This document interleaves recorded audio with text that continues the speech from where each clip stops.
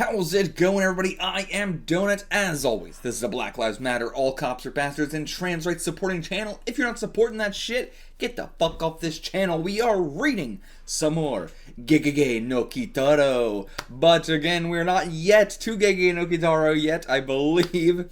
So, to recap what we've read thus far, we have read, we're going to be doing this every Halloween. I'll just say that right off the gate. We're doing this every October. We're going to do some more Yokai no Kitaro. But what we have read thus far, we did not read the rental manga because that doesn't seem to be found anywhere, but we'll get to that in a second. But, so all of this right here, and all of this, we have technically kind of read. And then these couldn't find anywhere. If there's a super fan out there who can find any of these 4 select stories here from Tokusha or Sato Productions, please let me know. But I couldn't find any from my brief look through and anything like that. So really, what we've read is just the selections from Togetsu Shobo and Sanyo, the rental mangas, from 60 to 62 roughly.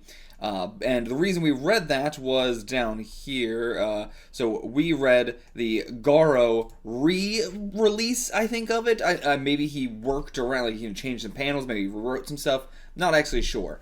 But, so we read The Birth of Kitaro. You can see that video here. And we read Kitaro's Night Tales. You can read that video, or watch that video here. So, Kitaro's Night Tales went up to 1969. But we are now going back a little bit to read the Shonen Magazine version of it, which is from 1965 to 1969. Hakuba no Kitaro is still called Yokai no Kitaro, but more specifically, Kitaro of the Graveyard. That is what we are reading right now. So, we have technically kind of read this stuff, in a way, and this stuff will be, these 4 right here, will also be covered in this, actually. So, all of this will have been covered in one way or another, and then we're moving on here to this one here. And then I'll figure out the order from there, but that's what we're doing right now. So this is the 3rd edition. We are reading Yokai of the Graveyard, or Kitaro of the Graveyard, rather. Yes, Kitaro of the Graveyard. What to expect, I don't know. Is this going to be like a full reset, or I don't know what to expect at all. So let's just jump right into it. Starting off with Chapter 1, The Hand. A mysterious disease makes blood vanish instantly. 3 found dead today. The mysterious disease that is ravaging Tokyo is very similar to the disease in Paris, France. And this is the poisoner, assumingly. Lucien, a vampire from France, has been waiting for Kitaro in this lonely shrine. By his side is the Mammoth, this cutthroat henchman. Okay, so we're just I wonder if these appeared in those other 4 stories or not, but we had the vampire in our story as well. But, okay, so assuming the vampire coming back. Hey, Mammoth. Now that I've advanced my blood-sucking art, no one suspects me of being a vampire. But yeah, so, was not expecting that from a mysterious disease makes blood vanish instantly. And what is this new tactic that makes it vanish instantly and no one's seeing him suck blood or anything? It's like a new tactic, he says. But Kitaro is the exception. He alone is capable of uncovering my true nature. You mean he's a ghost?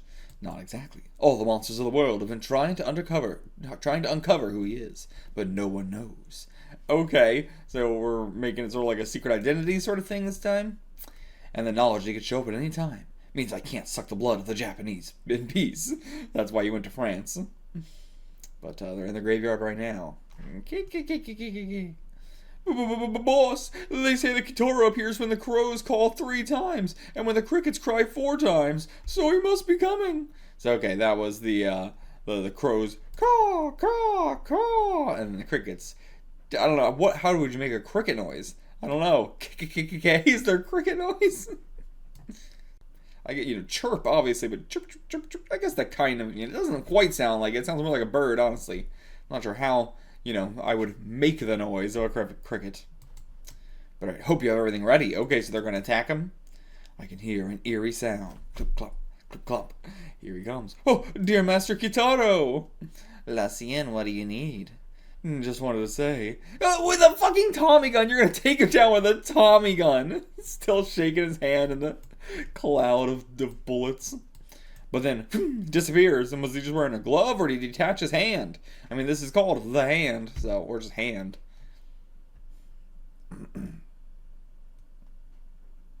But Vampire is pretty confident. He's not a human, so that's why there's no corpse. But he's dead. Okay. But yep, the hand gets back up and launches itself up onto him. Got a very thing going on. But alright, gonna follow us back to this place and then knocking over the bookshelf on him. Turn off the lights. And now whoop, he's gonna he can't breathe. I thought he was trying to make it so he can't say anything, but just gonna kill him. Searched the whole room but couldn't find the hand though. But okay, it was just right there, hanging out on his sleeve. But, we threw it in the bath. Oh, why is it fucking black? What is this, Junji Ito? I mean, maybe it's blood. I'm gonna have to nail it down to keep it from moving. Jesus Christ. Oh my God. Put it in the desk drawer. But now the desk drawer's open and it's gone. Okay, now that is strange. Now that's strange. they keep calling in the bellboy for fucking help here. But okay, so there was a note left. Dear bellboy, please unlock the desk. He must have wrote that ahead of time or something? How would it do that? So okay, I guess it escaped from the nail, found a fountain pen in the drawer, and slid the message outside the drawer. Okay. But still doesn't explain how he got off the nail, and the nail's still pinned in. But okay, left that hotel, went to a different hotel, a mountain hotel now. Being kept up by the geckos. But someone's at the door, and slips a little paper through. Yeah, it's the damn fucking hand. This is such an interesting way to start this. Again, this is the second part of a collection, but we're not doing a full reset. We're just kind of doing... We're just doing a hard cutaway from whatever the fuck we were doing in Gekigei to down to this. Why are you freaking out about slugs on the window? Who cares about the slugs? Yeah, don't bother yourself with pointless things. I do love that they are just now I just to play a game. They feel so relatable. They're not like your typical villains. But okay, he's got a fucking knife now. I mean, you could break the window with that. But no, he's coming down through the chimney. Coming into the chimney. Alright, light the fire. What the hell? The fire's coming out of them now. Big fire, apparently. Now it's going to hit the kerosene. How did this happen? And there, he's got the key in his pocket, idiot. And oh my God, the hand kept a tight grip on the knob on the outside. Let him burn alive in there. Okay, I guess that's how we took care of the vampire. We burned him alive along with his henchmen that we really didn't know anything about. So I really wonder if he came from those 3 extra stories or not. But again, this is like a different version of it we're reading. Those stories were all collected in 1961 to 62. But then again, they did come out these ones actually came out right before this. There was a couple of years break and then these came out. So. Meanwhile, on an island in the middle of a secret swamp, poisonous toads and hairy caterpillars were singing the Gekigei song, a song praising Kitaro's power. Before long, Kitaro's hand showed up protected by venomous spiders and scorpions, and the chorus grew even louder. Gekigei, Gekigei. And yep, that was his hand indeed. Puts it right back on. Kitaro was able to move his hand by remote controlling it with his brainwaves, and Kitaro left his hand behind, just like a gecko or a lizard who abandons its tail when it senses danger. But the fact that the hand was still alive is a testament to Kitaro's abnormally powerful life force. Okay. Interesting way to start this off. Interesting way to start off this whole Kitaro of the Graveyard thing, but maybe this time it'll be more of a superhero as we thought. Chapter 2, The Yaksa. We got someone playing, I'm not sure what exactly that would be. Just a guitar, I guess. Just a normal guitar. But, yeah, playing the Gekigei song we just heard about. Anyway, Shota had come down with a mysterious illness. Not even the best doctor they can find can diagnose him. And, what is this? Pawn Lender Tatsumi? Or no, this is just, that's like their house, but this is just a tofu shop coming by. Well, why don't you let a kid named Kitaro take a look at him? Who's that? Well, I don't know exactly who he is, but they say he knows things that normal people don't. No, I don't think I need to. Well, just pretend I tricked you into it. Kitaro always comes to the river just in front of my house in the middle of the night to do his laundry. Okay? And call. And then, well, ding dong, but the 3 calls for the Kitaro appearing. 3 in the morning, the witching hour. Who could it be at this hour? Knock, knock, knock. And yep, Kitaro's here with little crow above his head. The tofu vendor, Matahachi, asked me to come. Okay, we're doing some home visits. He's had his soul torn out. How do we get that back? Okay, can't diagnose who stole it or why, though. But now the wife's getting on him. What? You don't believe this story? You don't care about your own son? But okay, he'll take care of it, and he doesn't ask for money or anything. He just, takes care of it on his own. Kitaro raised a strand of his hair to search for ghostly auras. Like a little antenna. The ghostly aura is a mysterious energy that Kitaro alone could perceive. Alright, feel something. Don't tell me that the phantasmagoric Yaksa came all the way from over from China. Okay. So, it was then that Kitaro was approaching his home. This is his home now? When he hears the strumming of a guitar. Okay. And even Kitaro drawn to it like a sleepwalker, like a drug. And here he is in just a middle of a bunch of stones. But we're just rocking out the guitar with him. Okay, and then he puts us asleep. Is he going to tear out our soul as well? Yep, I've captured Kitaro's soul.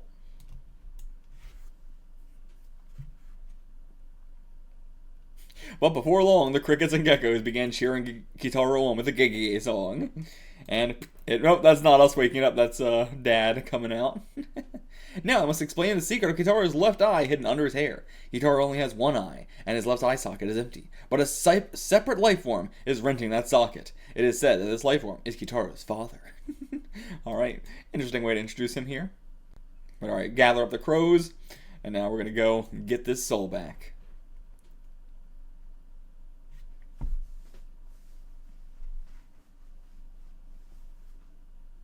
Okay, the Yaksa inserts the souls he steals into balloons, attaches them to a beam.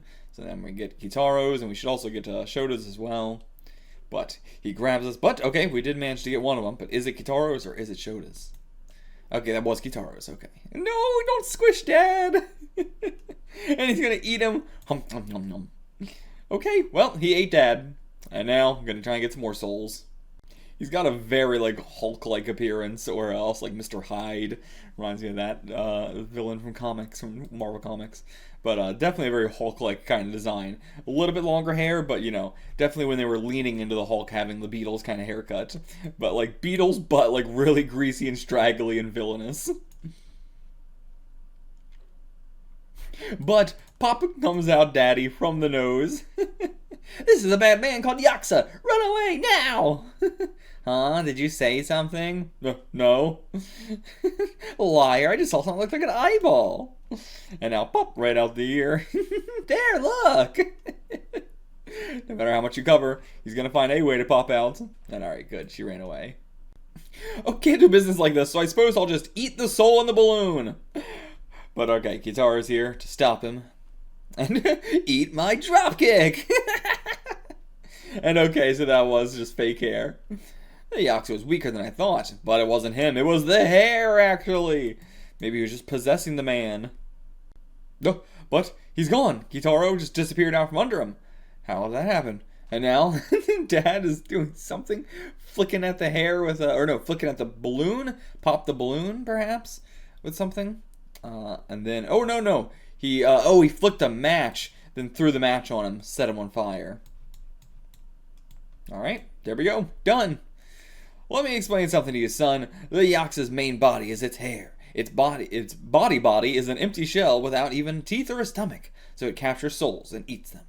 Yeah, he really was dreadful. Well, it's time to give Shota his soul back. Alright. When Kitaro put the balloon with the soul inside Shota's mouth, Shota suddenly regained consciousness. How did you even fit a whole balloon into his fucking mouth? But okay, we did get some money, actually. But okay, no, didn't take the money, actually. So even if they give us money, we're not going to take it. Gay, gay, gay, gay, gay, no gay, gay, gay, gay, gay, gay, gay. And with one voice, all the vermin pits and sewers sang, gay, gay, gay, a hymn to the glory of Kitaro. However, you may be wondering how our hero made the Yaksa disappear, right? That's still a part of the fact of his many powers. Like a chameleon, when he is in danger. Wait, he didn't make the Yaksa disappear, he disappeared from under the Yaksa. But, like a chameleon, when he is in danger, there's a defense mechanism that allows him to have the appearance of his environment. When he was attacked by that demon soul eater, Kitaro donned the color of the tatami and became flat as a flounder. Okay. Sure, whatever. I'm glad we're gonna get into some crazy, weird, stupid powers, though. That's what I love from, like, Silver Age heroes. Just those weird, weird powers. Chapter 3, Cruise to Hell. Alright. Not even our sports car could take us any further. Who are these guys? Guess we're gonna have to walk. Yeah, there's a warning about Kitaro. If you go in his house while he's away, you'll get sent straight to hell. Okay. But yeah, they're not going to believe in that. So this is a hitman and a Yakuza with 12 previous offenses. They had escaped the eye of the police and ran deep into the mountains. So yeah, anywhere is good for them.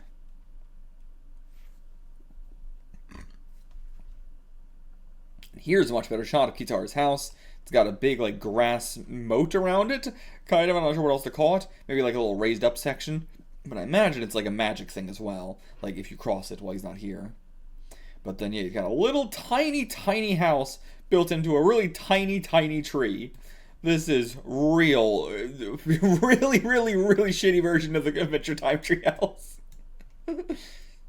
And the crows. And he's going to shoot the crows. God damn. Yeah, you're going to hell for sure. Found some, like, rare minerals or something. But not a diamond.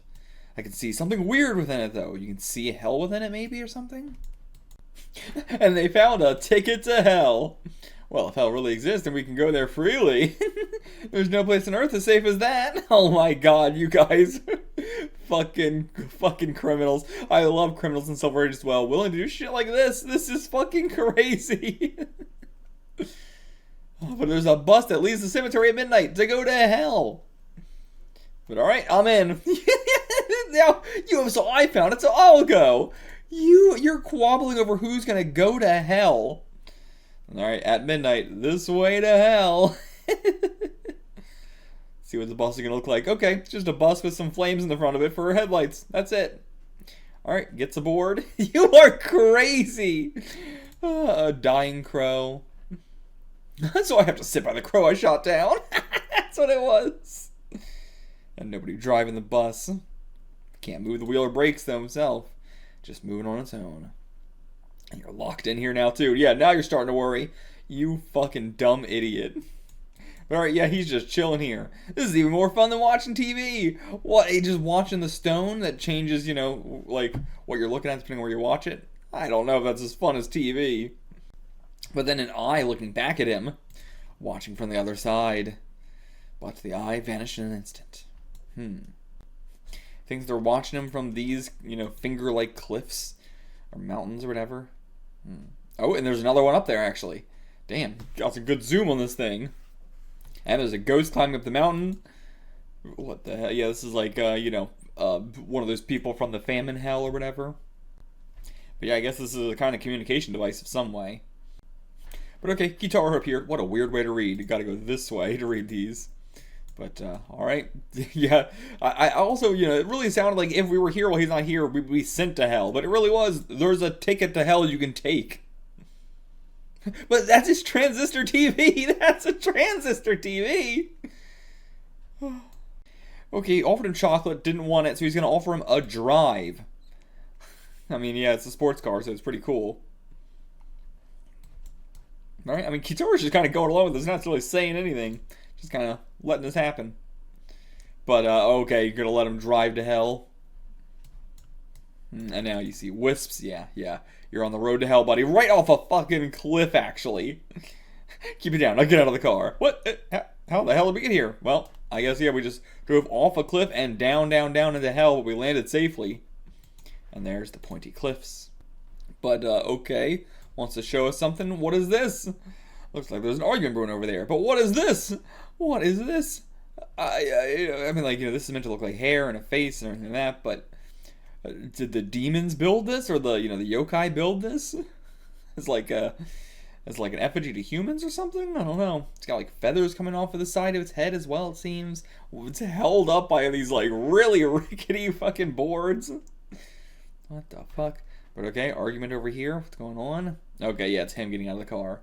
What do you mean I can't leave? And hey, that's Masakichi! And yeah, all the yokai here as well. He is not really that phased as much as you would expect him to be. But yep, it's a one-way ticket. Yep, you ain't leaving. But where in the dickens are we, Masakichi? We're in hell! And Kitaro is gone when he turned around. And so the stone in his pocket. So, yep, one-way trip to hell, you guys.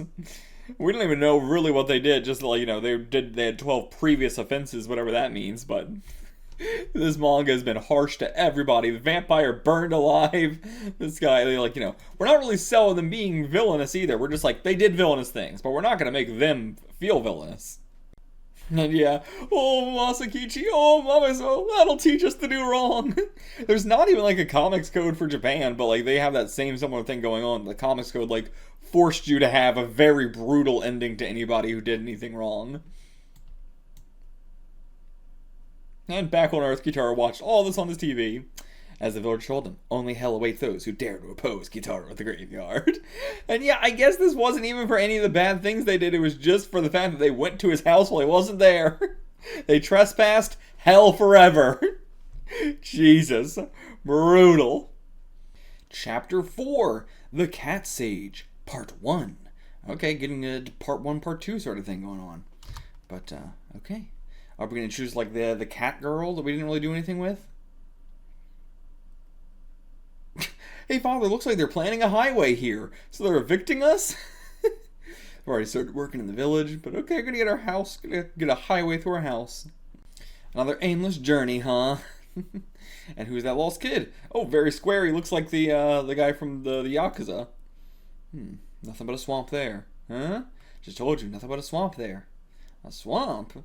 Yeah, scarred up as well. Oh, it was the cats. The cats got him.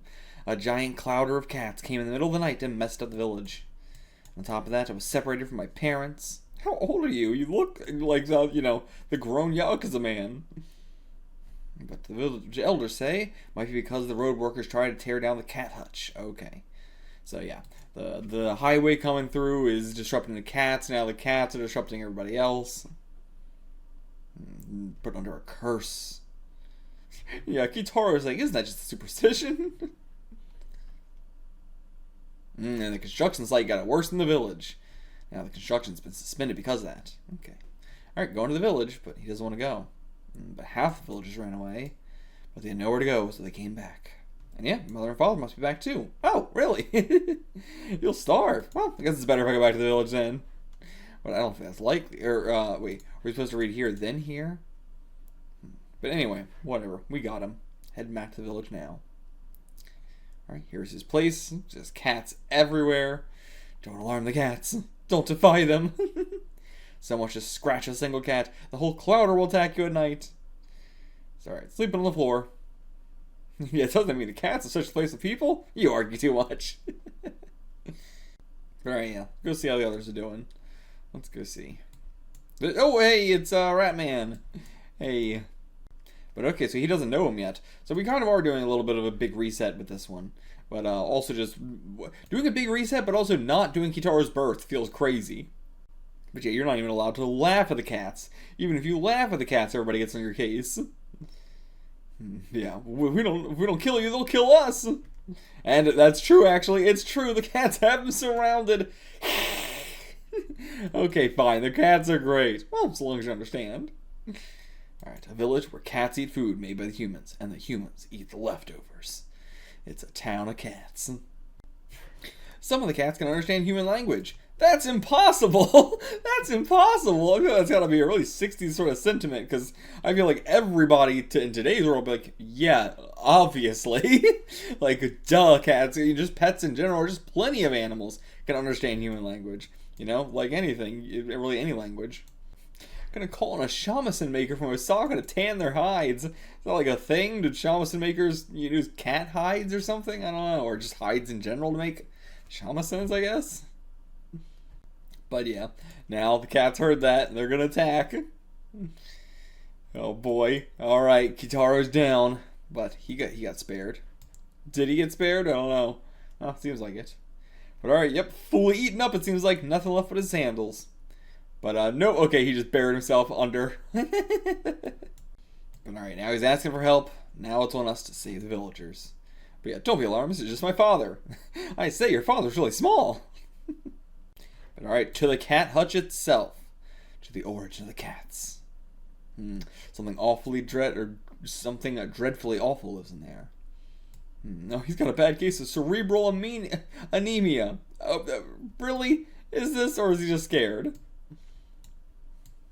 Alright, I'll get the fleas to find it. Alright, so you take fleas out of you, and then you buzz, buzz, buzz, buzz, buzz, buzz, buzz. So, okay, go find it for us. And they come back, buzz, buzz, buzz, buzz, buzz, buzz, buzz, buzz. Okay, found the entrance. This is the cat hutch? What the fuck am I even looking at here? I don't even know what it is I'm looking at. Just a mound of trash or something? I don't know. But, okay, so here's a little hole to get in. A lot of paw prints around here. Skeletons like crazy, so they've been taking people back and eating them. And now here's the big beast, perhaps. It looks like a fucking panther. Yeah, it looks like a fucking panther. But then disguise himself again. Disguise himself as an egg. And then from the egg, he can just make his limbs come out or whatever and wrap around the cat. What the fuck is this power? Okay, he's got that power.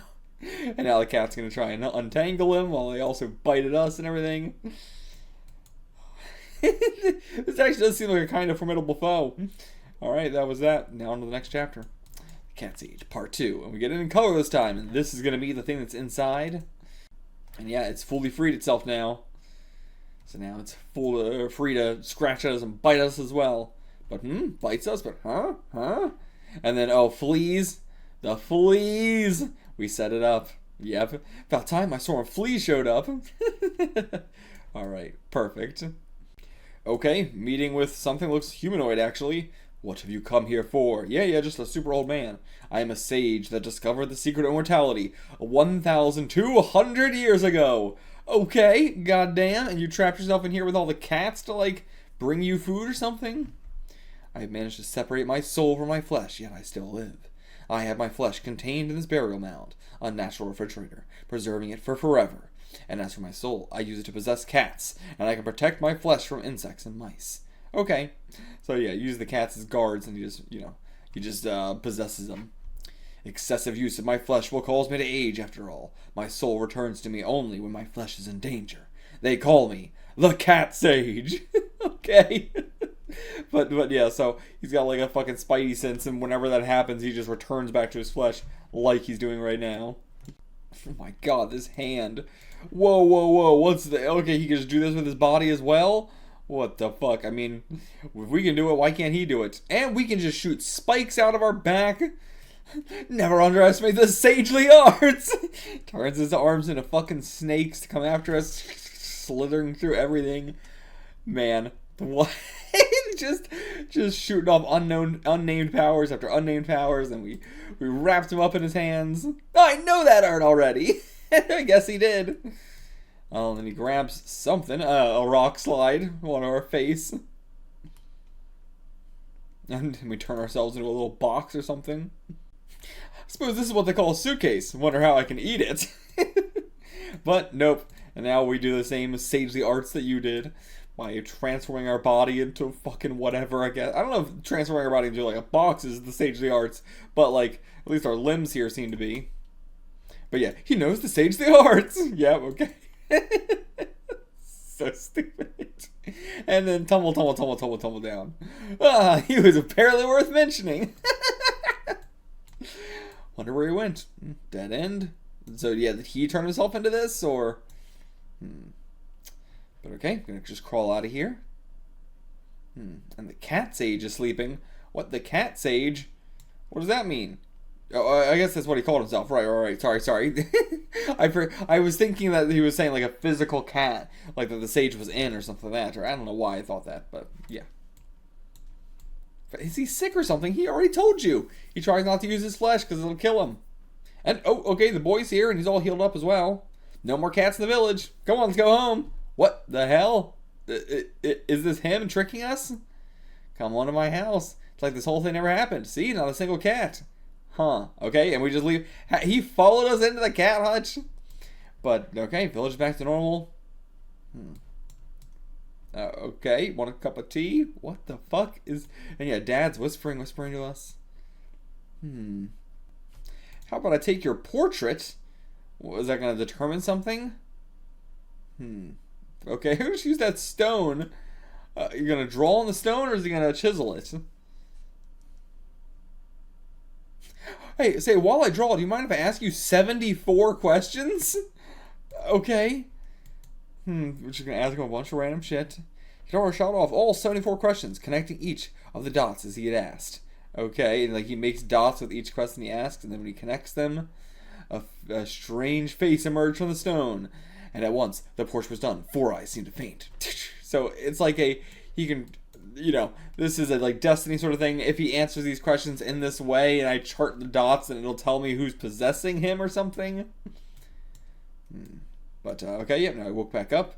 The cat sage's soul entered you and controlled you while you were taking a nap. Okay, yeah, so that's just what happened. And yeah, that's the cat sage's true face. Yeah, I got no idea what the hell you're talking about. Alright, don't touch it. His soul is trapped inside. We trapped him in the fucking rock. I used the soul binding art to seal his soul inside. Okay, and an old well. You're going to drop him down in it. The cat sage's soul can pass from creature to creature, but once it's in the stone, it can never get out. Okay, so we drop it in a well. And road construction soon resumed.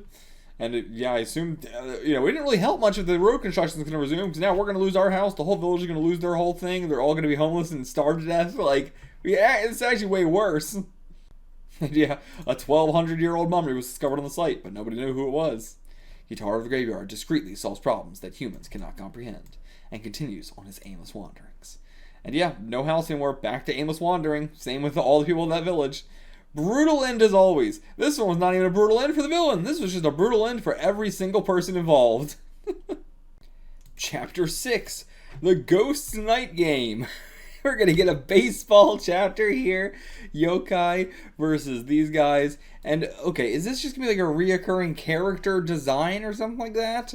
I don't know, because, like, now this is like the third character this kind of design's playing. I guess we're doing a sort of, what's that called? The star system sort of thing from like Tezuka, but here as well. And like Ratman, he was not Ratman last time. He was just kind of another guy. So now we got a lantern yokai, and then we got a mummy yokai, and the rest I don't know. But like I always recognize the lantern yokai. I was hoping by reading this series I was eventually going to be able to, get like a catalog of normal yokai that get introduced and become like a reoccurring thing in a lot of series. But so far that has not been the case. So I wonder when that will ever happen, or if that will ever happen. But, alright, this kind of kid again, a baseball bat. Looks good. There's the name of Kitaro on here. Never heard of anyone with that name before, so yeah, definitely a new guy. Oh well, try to put it in tomorrow's game. Okay. And then damn, just going to keep hitting home runs with it. Damn, that one got lost in the clouds. Did you get possessed by the soul of Babe Ruth or what? I think it's the bat. Whenever I think about hitting a home run, I hit a home run. When I think about hitting a grounder, I hit a grounder. It does everything I want it to. Okay. And then 10 wins later, become a sensational team. Is their team named Baby? Or Bebby? Or something? But alright, why don't you come play for our city? Ever consider registering in the youth championship? You could play in America! But got a lot of money to train you as professionals. What do you say about that? Not so fast. Give us 2 to 3 days to think about it, please. Yeah, gotta figure out what we're gonna do with this bat. Okay, now Kitaro is coming to take the bat away. I see. But okay, you want the bat? Let's play for it. Cool. And yeah, don't be afraid of my eye. It's just my father. Alright, your team against mine. You win, I'll give you the bat. But if you lose, you're gonna go to the other world. Means you'll go to hell, lose your lives. Okay, yep, they're all gonna go to hell over wanting a baseball bat. These chapters are brutal. Alright, next day. It said 3 a.m., but it's 4 a.m. actually. So, next day, 4 a.m. And so he's gonna let us use the bat. I tell you, this game is worth risking our lives for. I don't know about that. But alright, okay, I guess that wasn't 3 o'clock yet. This was like 4 in the afternoon or something, but now it's 3 at night. And yeah, they are just Bebby. But alright, so there's Kitaro. And here comes the team. Look at this massive motherfucker back here, too. But alright, yep, you're going up against a team of ghosts. And I will referee this match. Oh my god, this hulking mass of eyes and warts and mouths, noses, and ugh, yuck. Alright, play ball! This grotesque fucking umpire. Alright, as a referee. Alright, you guys can go first. To your places. What the hell? Just lights up the place around us. Alright, here comes the first pitch, and it's going to be some ghostly pitches.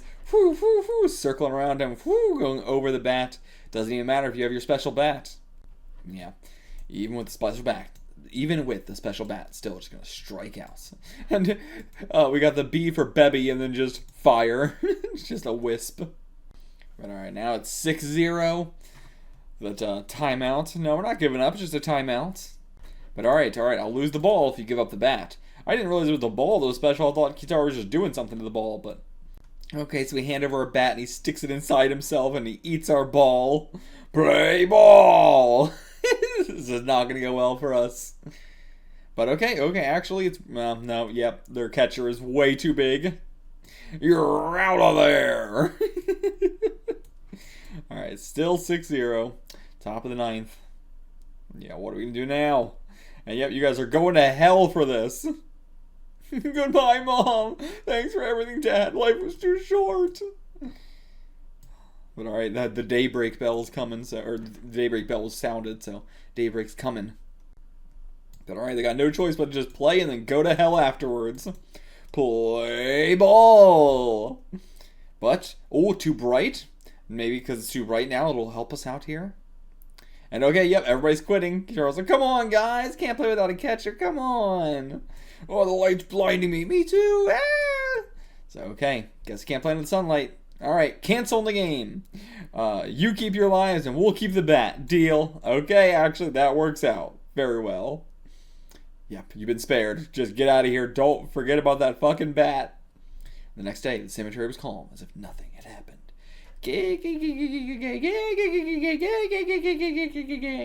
Alright, that was it. That was just a funny little filler baseball issue.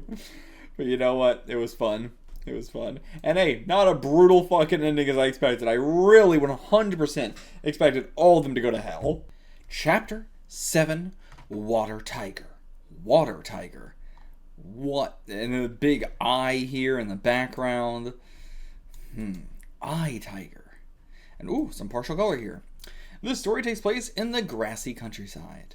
Wow, we made a huge pit. Come back up already. Hey, I found a pot. What, isn't that illegal? Oh, pot, illegal, I see. No, I mean a vase.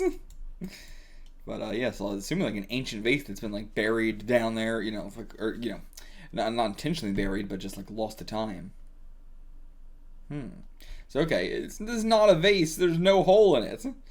But okay, they're gonna make a hole in it. Oh, there's something sticky inside. I guess it's still a vase. If it's fully covered up, you know, that could technically be a vase. But alright, something sweet inside. Don't just slurp it all. You want to drink of this ancient fucking sweetness. Alright, rock, paper, scissors. This guy wins. Drinks it all. It's really funny. What the fuck is this scenario? It was not long after that Shinichi began seeming strange. Every morning he wakes up with muddy hands. And now here's this design again. But alright, so keep an eye on him. See what he does at night. Where he goes to dig. Goes and digs in the graveyard. And then the next morning, he's been going to Morin Temple at night to dig up around the ancient mound. And then the tracks disappear right in front of Kitaro. My name is Kitaro of the graveyard. Been following these footsteps to see what's been digging up the ancient mound. Okay. So yeah, he got possessed by this fucking water or something. And his guts all protruded and everything as well. But there's a water tiger inside him. What's a water tiger? Yeah, it did say, he said, drunk something weird and water-like. But it's not water. It's a water-like living being. It seeps into the bodies of children and takes over them. The child is left to the whims of the water tiger and eventually dies. The ancients went to a lot of trouble to bury them in vases. Okay. So, okay, he's been possessed by a male water tiger, and there's a female water tiger buried in the ancient mound. Imagine what would happen if he digs out the female. They'll keep reproducing and possess all the children of Japan. Oh my god, okay. So he's being used to breed. Oh my god. Alright, fill up the bathtub. What are we going to do? Alright, put him in the bathtub, and then... yeah, the water tiger's in pain. The water tiger doesn't like water or something? But okay, he escaped. You can take him out now. I'll give him artificial respiration. Jesus Christ. But okay, we revive him. Alright, now we just gotta take the water tiger into the bath, or take out the water tiger in the bathtub, but it's gone. Oh, I threw it out. We didn't need the bathtub anymore, or the bath water anymore. But yeah, you didn't tell them anything. Okay, just warn all the children, don't drink the river water. And then I'll look after Shinichi so that he doesn't get repossessed. But it doesn't matter. He's going to get repossessed. Can't do anything about it. But okay, did he not get him yet? But okay, didn't get him yet. Seems like I have another disturbance. Suppose I must take you out first. We can't fight right this second. I know. Why don't I have a showdown on a cold, snowy day? Very well. I'll be back when the right day comes. So amicable. My god.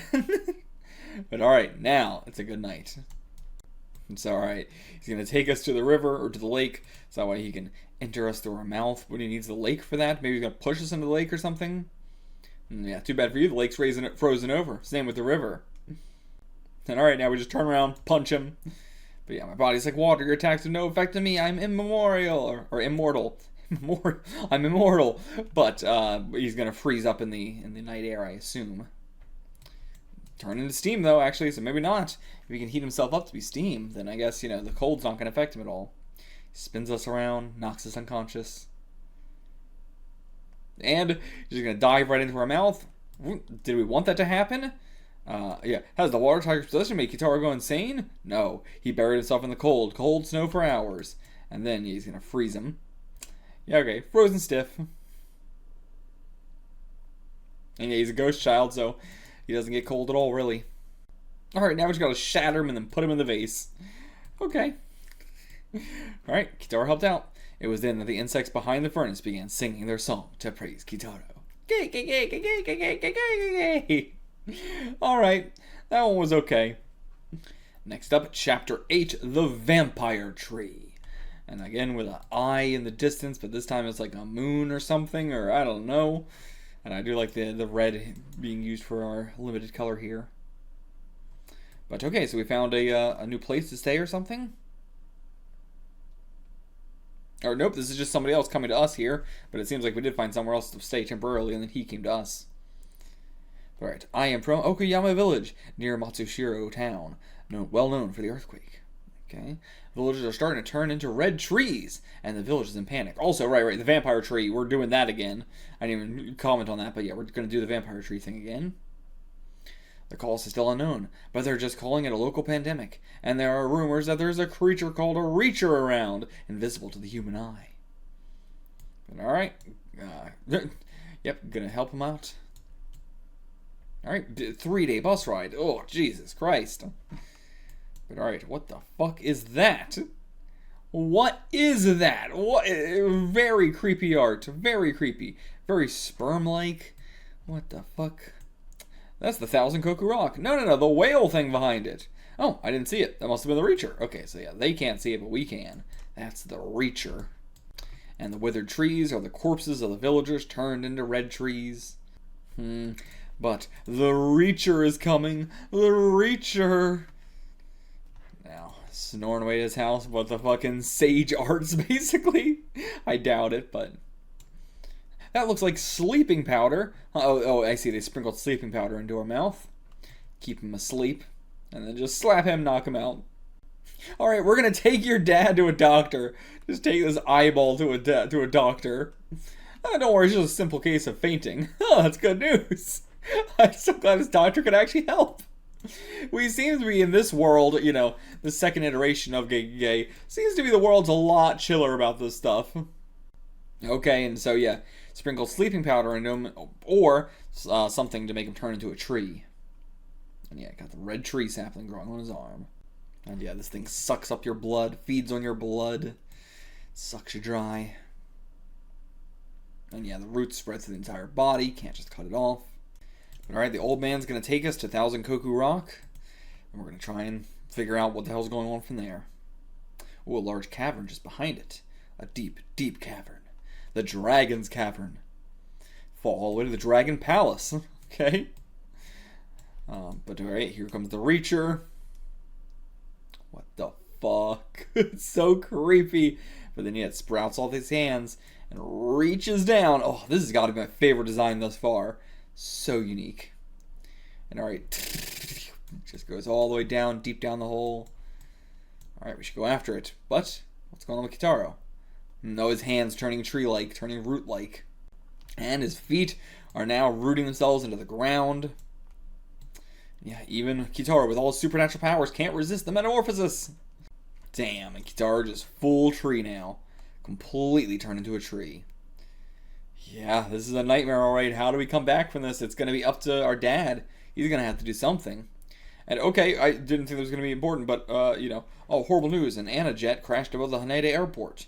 But, okay, so now we're cutting to that. And I suppose the Reacher caused it or something. You know, did something to the plane. And now reaches down again. Reaches down to this house where they're reading the news. And this time it was Air Canada. Another plane crash. Was this the same one? Or, like, you know, was this the Haneda Airport one? Or is that the one from Air Canada? But yeah, this thing's been just causing it. But okay, and then he's sprinkling the shit on them to turn them into trees as well. Maybe it is sleeping powder and also turns into trees. And one of the hands just says vampire tree seeds and then points to it. But alright, yeah, that's what it does. It just goes around. And why is it doing this though? Like, what's it gaining from this? I guess the blood. And then a flower bloomed on the tree. Kitaro's alive. Father's always happy to see his son alive, even as a tree. Now to Mount Fuji, and another plane, and so it goes through the plane, and the plane falls down. No, not sure what's going on in this panel here. It flew through the plane, assumingly, but then the plane just continued on like normal, it seems, and then we go down into the hole. Okay, I guess the plane did crash, but we didn't get to see it. Interesting way to do that. Damn, 188 people have been turned into trees. And he's like, oh, this can't be the Reacher, could it? There's more serious things to worry about that than, like, the Reacher. Well, that's what he's trying to say, you fucking idiot. Alright, now it's time to leave the village. After 188 people have been turned into trees, now's the time. But yeah, Kitaro's tree is blossomed, bearing fruit. And that fruit is growing at a rapid speed. So is he going to be birthed from it? Damn, that's a big old fruit. That's a giant fucking eggplant. Yeah, one huge fruit, and pop, it's gonna drop, and then we're gonna be birthed from it, right? Yep, hand comes out, baby Kitaro, born again. And yeah, just like Peach Boy, Momotaro. Kitaro was able to emerge victorious over the vampire tree because of his incredible life force. Kitaro emerged in his original state. Alright, but we still gotta deal with this, right? I thought he can't get cold. But he feels more comfortable with his clothes anyway. He's just wearing his vest. He's still butt naked, but with the vest on. I'm not sure that's really helping much. But yeah, I guess it is. It literally just, it's not to make him warmer. It's just to make him more comfortable. Alright, no one's ever studied this cavern before. Well, never mind. My son in university studied about 2 years ago. Then go get your son over here and bring me a hand mirror and 2 buckets of ashes, okay? So, Mayor brought his son and the mirror and ashes, and now we're going to go down there with the son. This son's got a lot of fucking balls, my god. 2 kilometers into the cavern, holy shit. How far is fucking, like, the Mariana's Trench again? Yeah, the Mariana's Trench is only about 7, with both these combined, only about 7 miles below. That is crazy. This is kilometers as well. How many kilometers is it actually? But okay, that's 11 kilometers. So not as crazy. 2 kilometers is nowhere near as crazy as I thought it was actually. But still, you know, I always think about how, like, you know, the deepest part on Earth is not actually that deep. It's, you know, all things considered, when you're doing miles vertically up or down, you know, it's crazy to think about. But this cave wasn't here when I studied it 2 years ago. So yeah, new. Must be the frequent earthquakes that made the cave. Yeah, that makes sense. We brought that up. And there's the Reacher. Oh, he can see it? He can actually see it for once. Its eyes have a hypnotic effect. Gonna try and use the mirror to reverse hypnotize it. When I do, you throw the ash on its eye. Okay. We're gonna temporarily blind him, and we're gonna reverse hypnotize him. So yeah, use the mirror, reverse hypnotize him. Ashes now. So do we need the ashes if we're gonna reverse hypnotize him though? But okay, so yeah, this is a subterranean life form that developed differently from life on the surface. So it's not like, an alien or a yokai or anything like that. It's just a normal thing on Earth here, but it's subterranean and developed all this completely separately. But now it's still got its hands and everything like that. What did we do by reverse hypnotizing it? If it's still going to attack us, how do we reverse hypnotize it? He's still just butt naked with the fucking with the coat on, with the jacket on. But okay, he's going to come after us now. Kitaro can produce electricity, just like an electric eel, so when in the water, his entire body lights up and discharges, temporarily causing his opponent to faint. He used this method to quickly remove the vampire tree seeds from his opponent's hand and plant them. Okay. He planted them within it, so he's going to turn it into a vampire tree. I don't know what on earth we hypnotized it to do. We hypnotized it to fight us? So, okay, yeah, the earthquakes opened up a passage for this to come out from underneath Subterranea, and then, try to make the vampire trees, because that's what it was like, that's what it lived with. Like, there was vampire trees under Subterranea, I guess? I don't know. And the plane crashes are more proof of what? When the planes encountered that monster in the air, the pilots got hypnotized and lost control of their planes. This one's stupid. I liked the monster's design a lot, but this one might be the worst chapter. And after 2 or 3 days passed, there was a giant withered tree in the cavern. Must have been the monster's corpse. But alright, wherever Kitaro goes, victory follows. But yeah, still, this one fucking sucked. This was a shitty one. Definitely give this one bad marks. By the way, I'm an idiot. I should have been reading the official release of this as well, which has a lot higher quality pages and stuff like that. Who knows about the translation? But, either way, we were reading the Drawn and Quarterly edition, just called Kitaro, which covers all of Kitaro the Graveyard. So we're switching over to that real quick. But we are on to the next chapter, Ghost Train. And we got Ratman here as well. So is he going to actually become a part of the story now, and not just like a random background character? In Shinjuku, Tokyo's entertainment district. Talking about monsters. It's only a superstitious rube of believing ghosts. And they're talking to these two.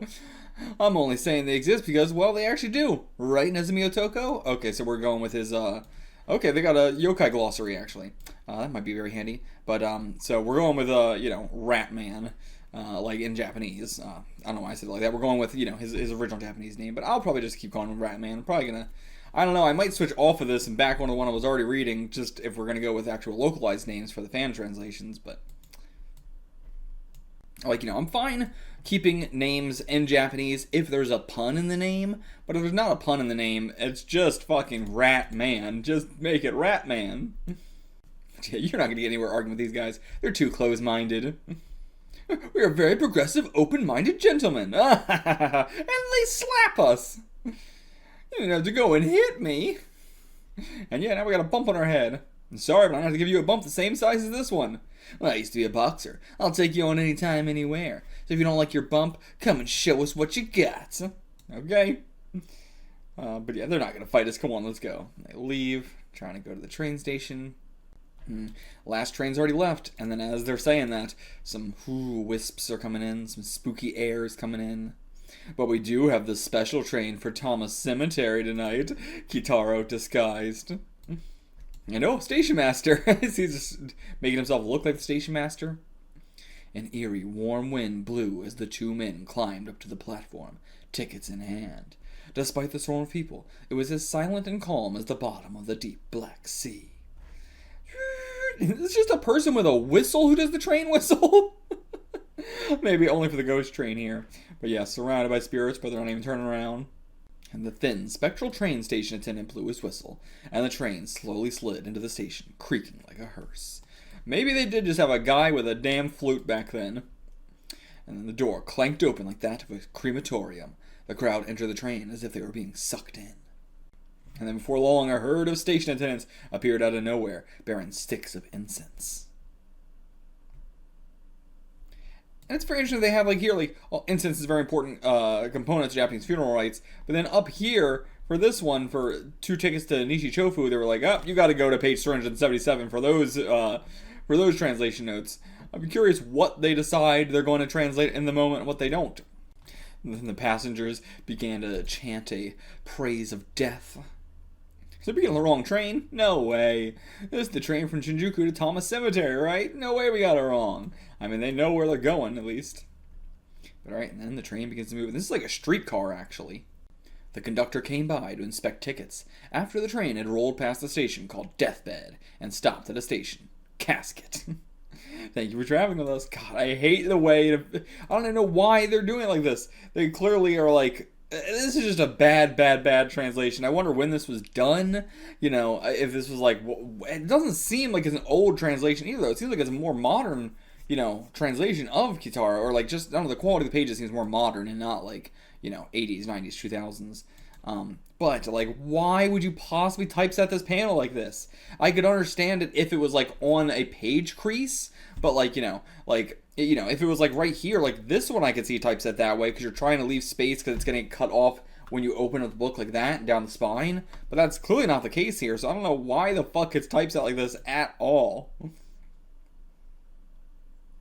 Like, they're definitely doing if it's on the right-hand side panel, make it all, like, you know, aligned to the right. If it's on the left, make it all aligned to the left. That feels so weird. This is terrible, god-awful typesetting. Definitely some of the worst I've ever seen in an official release. And that's saying something, because we've seen a lot of terrible official releases. But we'll stick with it through this chapter, but I might switch back. It sucks, because, like, I hate when, like, the page quality is 1,000 times better. But, you know, page quality is not everything. But alright, thinking about getting off early, but no. I know Tama Cemetery. I don't know Cremation Urn. So we're gonna go to Tama. And 44, Death. What's 44 specifically? But yeah, it was just death. Like, you know, double death. Death, but worse. Double death. But alright, here we are. Cemetery Urn. So we're not here at Tama yet. We're at Cemetery Urn. But we're not going to get off. We're going to keep going, it seems. Yep. Cross the bridge.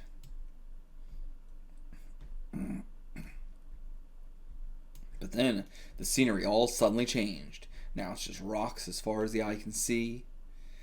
I got no idea where we are. I don't recognize any of this. Yeah, of course this train's bad. Turn around, you got a bunch of fucking skeletons of beasts and skeletons of men. But now they're just trying to get off, knocking into the corpses. And sand as far as the eye can see. Yeah. With the way things are headed, we're headed for our graves. Gotta stop this train. But, okay, just already open. But then, yeah, Kitaro and all these animals coming out. May I help you, sir? Now they're just gonna jump off the train. But yeah, we're gonna be in the middle of nowhere, but it's better than being on here. Okay, they jumped out. And what will happen to them? They're just gonna be stuck there forever. Huh? It's a broken down train car from the Meiji period. It's nothing but a worn out piece of junkyard trash. Does that mean we spent the whole night hallucinating in this broken down train? You still don't get it, do you? You've just been shown a sample of my spirit power. Feel the bumps in your heads. They're the same size as the one you gave me, aren't they? Okay, all this was the other bumps on their heads from jumping out the train. Unbelievable. Damn fucking Kitaro. That's a lot for some revenge. But panicked, the 2 men scrambled away. The silence was slowly broken as the crickets and frogs could be heard singing Kitaro's praises with a rousing chorus of gay, gay, gay. All violence is powerless in the face of Kitaro's spirit power. All this to give them bumps in their heads. Crazy. Chapter 10, The Great Yokai War. Alright. Yeah, but either way, this doesn't give me a better picture of what the hell this is going to be. This does not give a better picture of what kind of yokai we're going to see or not, but so might get some actually cool yokai here. I'm still wondering when we're going to get to sort of like, you know, we're going to get to like meet some yokai. It's not really something we do. They're kind of just already, you know, you would assume that, how I'm saying. This is written assuming people know what these yokai are. This is not yet being written as a like sort of, you know, also way to teach people what yokai yet. But hear me, people of Japan, my island has been terrorized by monsters. I've already complained to the government and police, but they think I'm joking. You've got to believe me. So who is this? Okay, someone from China. But Kitaro, gonna believe him? Yeah, I believe you. I can smell some faint ghostly aura on you. But this is no Japanese ghostly aura. It's from over there, the West. But yeah, so I guess we're gonna do a Great Yokai War in terms of like Eastern yokai versus Western being like China, but like, you know, Japanese versus Chinese yokai. But it's a small island off the coast of Okinawa. Okay, never mind. So it's just slightly off Okinawa. Still not Japan, but Kikaigashima. Pretty far. How'd you manage to get here? Snuck off the island to build a raft. Yep. But he's like smiling during saying all this too. Okay, it's 7 to 8 monsters. That's it. But there's even one that's the size of a mountain. Okay, never mind. Pretty dangerous. But yeah, Dad's like, you shouldn't get involved in this. Yeah, don't panic, just my father every time. But Western monsters are ruthless. Okay, let's put an ad in the paper, recruit some monsters of our own. Yeah, we're gonna get some money to recruit them. Well, I got some gold plates right here. Okay, cool. Alright, use those, place an ad. Alright, gold to place an ad? How much is an ad placement at this time? Alright, seeking monsters. Target, Kakaigashima. Compensation, 1 golden plate. Starts April 1st at 12 a.m. by Tama Cemetery. Okay. And that night, we gathered up a lot of them. We even got fucking Obake no Kyutaro here. You could hardly believe there was this many in Japan. I don't know about that. I absolutely believe there's this many in Japan. We've seen so many already. Like, this is not much more than any other group shot we've ever seen. But alright, chose 4 companions of these. Old Man Child, Sand Throwing Hag, Piece of Cotton, and Plaster Wall. Okay. Have we seen Plaster Wall before? Well, I think I said he was a big piece of tofu before. But okay, we've got Old Man Child, Sand Throwing Hag, Piece of Cotton, and Plaster Wall. These are the best we got. Oh my god. Okay, Ratman. Okay, we're just going to introduce him now as Ratman. Let me go with you. Raft's too small. I mean, Plaster Wall's probably taking up so much. You're going to forget all our years of friendship? Okay, I guess, apparently, I thought this was like your first time meeting or something, but I guess not.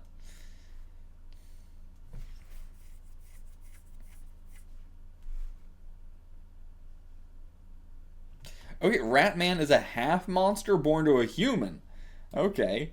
But, the new information, I don't think we've learned that before. But, so are we taking him or not? I'm not sure. But, I have to set the people of Kikaigashima. Gotta set the people of Kikaigashima free. So, let's go with our 4 fucking idiots. I guess 5 for taking Ratman. No, we're not taking Ratman. Really thought we were going to, but nope. Okay. I can't believe Plaster Wall even fucking fits on here, and there is so much room for Ratman. And Ratman's following us in a tub. He could so easily fit onto this raft. You think someone who's lived for 300 years wouldn't find crossing the Pacific in a tub to be a walk in the park? Yeah, I think he really wants to get in the raft. Alright, let him on, let him on. Okay, now Ratman's joined. But okay, getting a lot of Ratman lore. Alright, pulling up to the island. And a witch in the sky. Alright, just the traditional ass witch. Piece of cloth, drop her from her broom. We can't land if she informs the enemy of arrival. Yeah, so go take her out. Piece of cloth. I'll show what Japanese monsters are capable of. I got no faith in you. But okay, maybe not. Wrapping himself around her. Gonna take her down. Okay, into the water. I can't believe it. I had no faith in him. But, nope, and then she's just gone. Disappeared. And Ratman's just taking all her stuff. But okay, comes out of the water here. And something wrong with Piece of Cloth. He's dead! He's dead! He got a needle piece through his heart. Oh my, pierced through his heart. And she's taking Ratman away silently. Even a veteran like Piece of Cloth got taken out. Seems our enemies are just that good. But alright, Ratman's being kidnapped, taken away. That's the end of that chapter. On to part 2 here. But on the shore, we got fucking Wolfman, Frankenstein. I have no earthly idea what that is. I am the Werewolf of London. Okay, so not Wolfman, but Werewolf of London. I think we got that before in the previous one. All the monsters of the world are gathering on this island to make a kingdom of monsters. I believe you would be better off cooperating with us. Well, do you agree or do you object? We got fucking Dracula here as well. Okay, this is Dracula, and this is... Oh, they're riding on the backs of, like, animals. So this is just like a turtle that Frankenstein's riding on the back of. But okay, just the three of them. It's interesting that he's the werewolf of London and not Wolfman. Wolfman, Frankenstein, Dracula, that's the classic combo. But yeah, of course, they just want us to all cooperate and just join them on their Isle of Monsters, but Kitaro is a hero for humanity as well. Okay, actually, the fucking sand-throwing hag says no. The short-tempered sand-throwing hag immediately lost a stream of sand. Okay. Wasn't Kitaro. But okay, now the war between like 4 people on both sides is gonna happen. So the old man-child attached himself to the Frankenstein monster. He just kind of grabbed him. And then finally reveals his special ability. When the old man-child latches onto someone, he becomes as heavy as a rock and won't let go until his opponent dies. Okay, takes him into the water to kill him. And no one ever knew the horrors of the battle in the seabed. Okay, we're just gonna skip past it. No one ever knew the horrors of the battle in the seabed, not even us. 2 hours passed. The old man-child had defeated the Frankenstein monster. He could hold his breath for 2 hours. Jesus. Where's everybody else, though? But by then, there was no one else on the raft. There was only the sand-throwing hag on the shore. Hag, oh, it's you, old man. Yeah, where's Kitaro? She doesn't know. What about Plaster Wall? He's a goner. 20 or 30 vampires attacked him and sucked him dry. That's so much more than 6 or 8. But okay, so they sucked Plaster Wall dry of blood. He had blood? So even one as strong as Plaster Wall didn't stand a chance. They could even take out the battleship Yamato. We were really hyping these guys up. Oh, now we got the 2 oldies left. And yeah, right, Ratman kidnapped by the witch. So, damn, Western monster tries to throw sand. Okay, and it worked. It worked. But okay, got Kitaro's vest. He joined the Monster Kingdom. Trying to infiltrate them from inside, maybe. All right. Meanwhile, by the desolate bay, tons and tons and tons of fucking vases or whatever, like containers of something.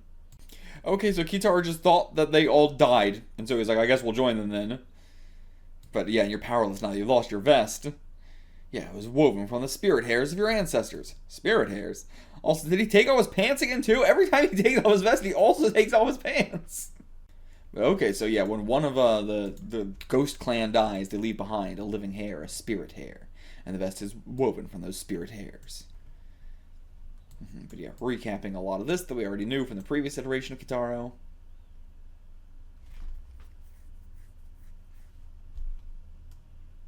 How did he even lose the vest to begin with?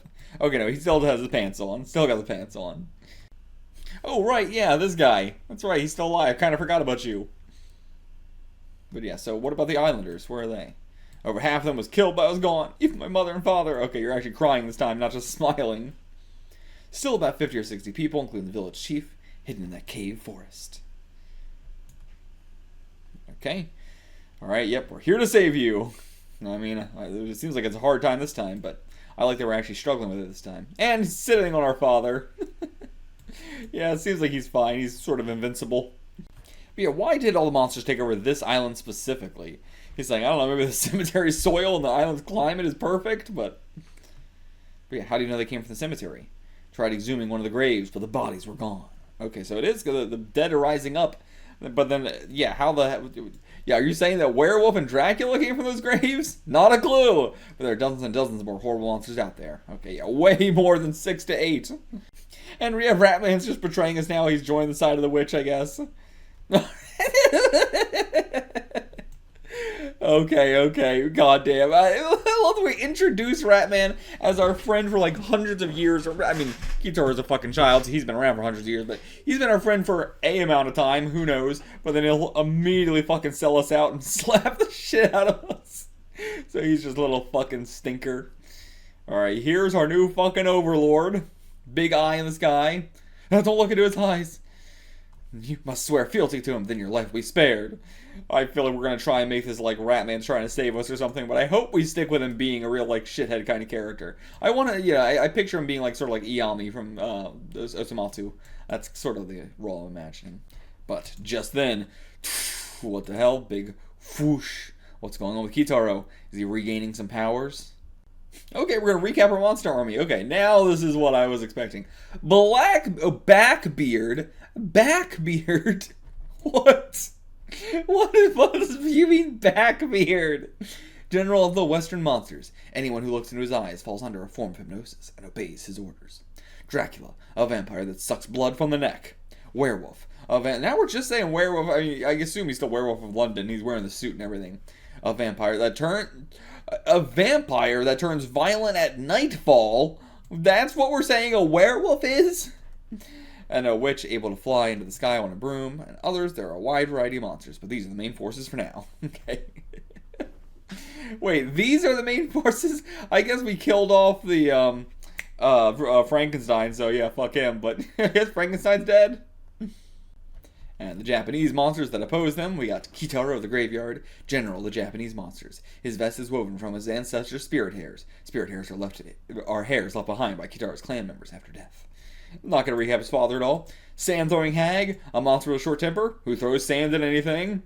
Old man-child, characterized by the way he cries like a baby, has the special ability to turn as heavy as steel when he latches onto somebody and won't let go until death. And Ratman, a half-human, half-monster, and once Kitaro's friend, but he obeys the enemy after looking into Backbeard's eyes. Okay, so that's what he's doing. He's possessed. Okay, I don't know. I kind of would have liked it to be, him doing it of his own volition, but whatever. Also, yeah, no recap of Blaster Wall. Fuck Blaster Wall as well. He's dead. But okay, so, his hair is coming off and stabbing into them. Sort of like he can do with the spines on his back. He can just sort of produce those via nothing. But these, he has to, fire off his hair. But okay, so yeah, he's got some powers even without the vest. He's overused his willpower. And yeah, his hair will grow back, don't worry. For now, we gotta build a barrier immediately. No telling when they'll be back to attack us. But okay, Dad and the Western guy are going to go scouting. Hopefully we're going to try and find where our enemies went, see where their base is. Probably somewhere in the Banyan Forest. Okay, the sand-throwing hag, she went out or something on her own. But seems like they're dead now as well. I guess they're dead or finished off, so we're not really exactly saying they're dead. But okay, so Dad's just going to do this on his own. I mean, he's small and tiny, so hopefully he'll be going unseen, but that's Beard's voice. What happened? So, they did leave, but, I guess, yeah, they all just, ran away, but then why did the hag go out there as well? And, I don't know, it feels like a weird time jump. But okay, so Backbeard is trying to tell them to trick Kitaro to coming out to the sea. He's got very low willpower right now, and so they're just going to drown him, I guess, or something. In the meantime, Witch and Ratman, you go and massacre the islanders hiding in the cave. Okay. So yeah, we really got to get Kitaro to wake up very soon. We're using the witch's broom as a drying rack for Kitaro's vest. But okay, come on, Dad, get that vest back. Don't do it while they're fucking watching. Oh, he's just going to get on the broom and fly it away, actually. That's very smart. Alright, abracadabra, alakazam! And does some magic, makes him fall off. I don't know how I'm ever going to apologize to our ancestors. But come on, just take it to Kitaro. I mean, it's going to be very heavy and wet, but, I believe in you, Dad. Come on. Okay, they want to divide the island in half so that way we can coexist in peace. Ain't no way that's true. But yeah, I like, this would be a fine, this would be a fine, what am I trying to say? Compromise. It'd be a fine compromise if we could, trust them. Kitaro, we don't want to fight a meaningless war like in Vietnam. God damn. God damn. I mean, very, very true. Extremely true. Okay, was that... Oh, I guess we cut away from this. Yeah, he went to go talk with them. I thought that he was still walking with these guys, but no, I think he was walking with Werewolf and Dracula. So Werewolf and Dracula were the ones saying, we don't want to fight a meaningless war like Vietnam. So yeah, can't you know how we feel? Or Backbeard is waiting for you on the beach to seal the deal. But okay, so they're the ones saying that, trying to trying to get us on their good side. Meanwhile, Kitaro's father is sobbing in the swamps, stricken with despair. Cool, thanks for letting me know. But okay, it's going somewhere. Just this panel. Meanwhile, he was crying. But when the tears for the love of his son soaked into the vest woven from spirit hairs, the spirit hairs began to manifest a great power for their descendant. The last surviving member of the Japanese ghost clan, Kitaro the Graveyard, was dying, and that was when the vest turned blood red. It was burning with anger towards the Western monsters. And it flies off on its own, okay? So what's the vest going to do on its own? It's going to attack Blackbeard itself. Meanwhile, Kitaro just waiting for Blackbeard. And there he goes, coming to arrive. And gonna hypnotize him. Surprised by the resounding laughter from the heavens, Kitaro instinctively turned and stared into the hypnotic, cyclopean eye of Blackbeard. And so Kitaro fell right into the enemy's trap. Well, it's up to the vest now, I feel like. I like that we're getting a lot of limited color for this, arc as well. Meanwhile, near the cave, Ratman and the Witch, who were given a task of slaughtering the islanders, were singing the song of massacre as they approached the cave. And just stepped over his vest. Didn't even, but on the way there, they made the mistake of stepping on his vest. The vest, which had been knocked out by the power of Blackbeard's gaze, suddenly regained consciousness just by being stepped on. Fortunately, the vest was not mortally wounded due to its lack of eyes. After the eyeball mounted it, the vest began to follow them. Okay, just being stepped on, woke it up again. Off towards the sound of massacre. And okay, just gonna, suffocate her? Just gonna suffocate her, okay? I guess that's one way of doing it. Yep, just literally kill her with suffocation. And now, Ratman as well, time for you to die, bitch. I guess, I don't know what it did to Ratman, because it made him pass out, but I doubt it killed him. Maybe it did. But alright, back to Kitaro. The vest comes. But yeah, I'm loyal to Blackbeard now. Yeah, right, Lord Blackbeard? It's gonna be up to the vest itself, vest and daddy. Why don't I just glare you right out of the sky? And yep, he can do that. Just glares us out of the sky. But alright, he won't get me with that trick twice. What does that mean? What does that mean? This is Saint Seiya? What the fuck are you talking about? But okay, Kitaro's father developed a sharp strike to Blackbeard's weak point. He delivered. I thought it said developed. He delivered a sharp strike to Blackbeard's weak point. Yeah, his eye itself. But now captured by Wolfman. But as Blackbeard fell, Kitaro was overcome by the strangest sensation. The mind control is lessening. Yeah, return to his senses. He died? He died. Okay, same thing with Ratman as well. But the rest were not, they weren't hypnotized. They were just evil.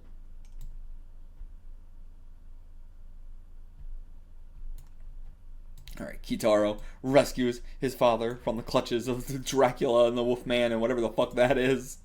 But now we're surrounded by all the other forces as well. We got a lot of forces here. Put on that vest, come on.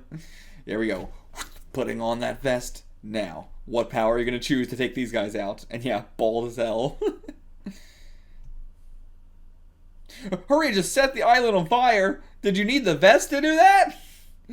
Okay, we set the island on fire, and the air currents above the island began to change. It became rounder and rounder. What? What? Spinning round and round and round, until finally it formed a giant sphere that floated up to the night sky, and on closer look, it was filled with all the monsters invading the island. What the fuck are you talking about? The sphere disappeared into the night, floating like a balloon. It's called the Brigadoon phenomenon. It's invisible to human eyes, but it comes out of nowhere under the right climate and geographical conditions, and envelops the entire surface. Those monsters live inside of it now. This island coincidentally had all the right climate and geographical conditions necessary for the Brigadoon phenomenon. This phenomenon only occurs once every 1,000 to 10,000 years. The ancients feared the Brigadoon phenomenon, but this mystery is still unsolved. So only those who encounter the Brigadoon phenomenon can see ghosts in the dead rising? That's right. One of our ancestors suffered from the Brigadoon phenomenon. And this hair is that same ancestor's. It's a 3,000-year-old hair. But it told us everything. That's why I told you to set a fire. I see. So that changed the climate and made the Brigadoon phenomenon move. And now the crickets. This time we have to dedicate the song to the vest made of the spirit hairs of our ancestors. I've never been so grateful for my ancestors before. What the fuck? What the fuck are you?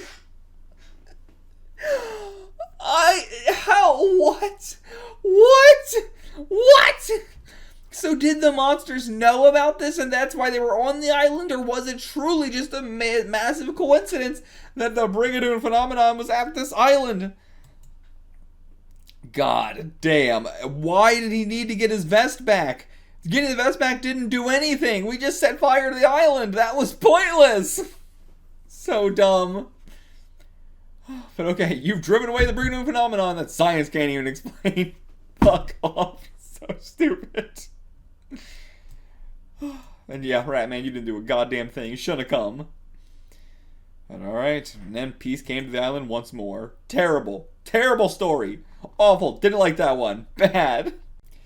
Moving on to Volume 2. We got a big old whale beastie here on the cover. And, wait a second. Okay, hold on. So this is, okay, let me collect my thoughts. So these have been in the like inside cover of every volume that we've read so far. I thought it was just a bunch of random ass dudes, but this is specifically the sand throwing old hag, the old man baby, piece of cotton, and plaster wall. And then I don't know what the fuck this one is, but okay. So maybe it's just like, you know, it looks like the art style around this time as well. So I'm not sure if this is just like for the early Kitaro collection thing, or maybe this is for all the Kitaro collection bits, but the Kitaro collection is all for the early Kitaro stories, or are these guys major characters in Kitaro? I don't know. Okay, whatever. Maybe they are. Okay, here's our volume cover: the Great Sea Beast, Kitaro's duel with the scientific genius. With the scientific genius, what does that mean? What? A certain Japanese explorer discovered a bizarre monster in the wetlands of New Guinea. The explorer took a photograph of it, then returned. After many scientists examined this photograph, they discovered that the monster was actually a 300 million year old great sea beast, also known as the Ziochronodon, a direct ancestor of the whale. But why did this whale ancestor remain in its original form, untouched by evolution? So yeah, classic sort of story of the 60s kaiju around this time. Also the 50s kaiju a little bit as well. I don't see more so with the 50s kaiju as well, but you know, this concept of like, oh, there's a creature who's millions of years old and we just haven't, you know, a Loch Ness monster sort of thing as well. You know, I thought that's the more modern version of it. We don't actually believe in kaiju, but you know, there was definitely a lot of this sort of stuff with kaiju at the time of the, you know, oh, what if there was something that just, you know, evolved separately? You know, we kind of already did that as well with the Reacher. My only hypothesis is that this great sea beast has been alive for 300 million years. This is the proposal of the young scientific prodigy, Yamada Shuichi. Very, very basic ass name. But yeah, it would imply the specimen is almost immortal. For some unknown cause, the great sea beast must be undying.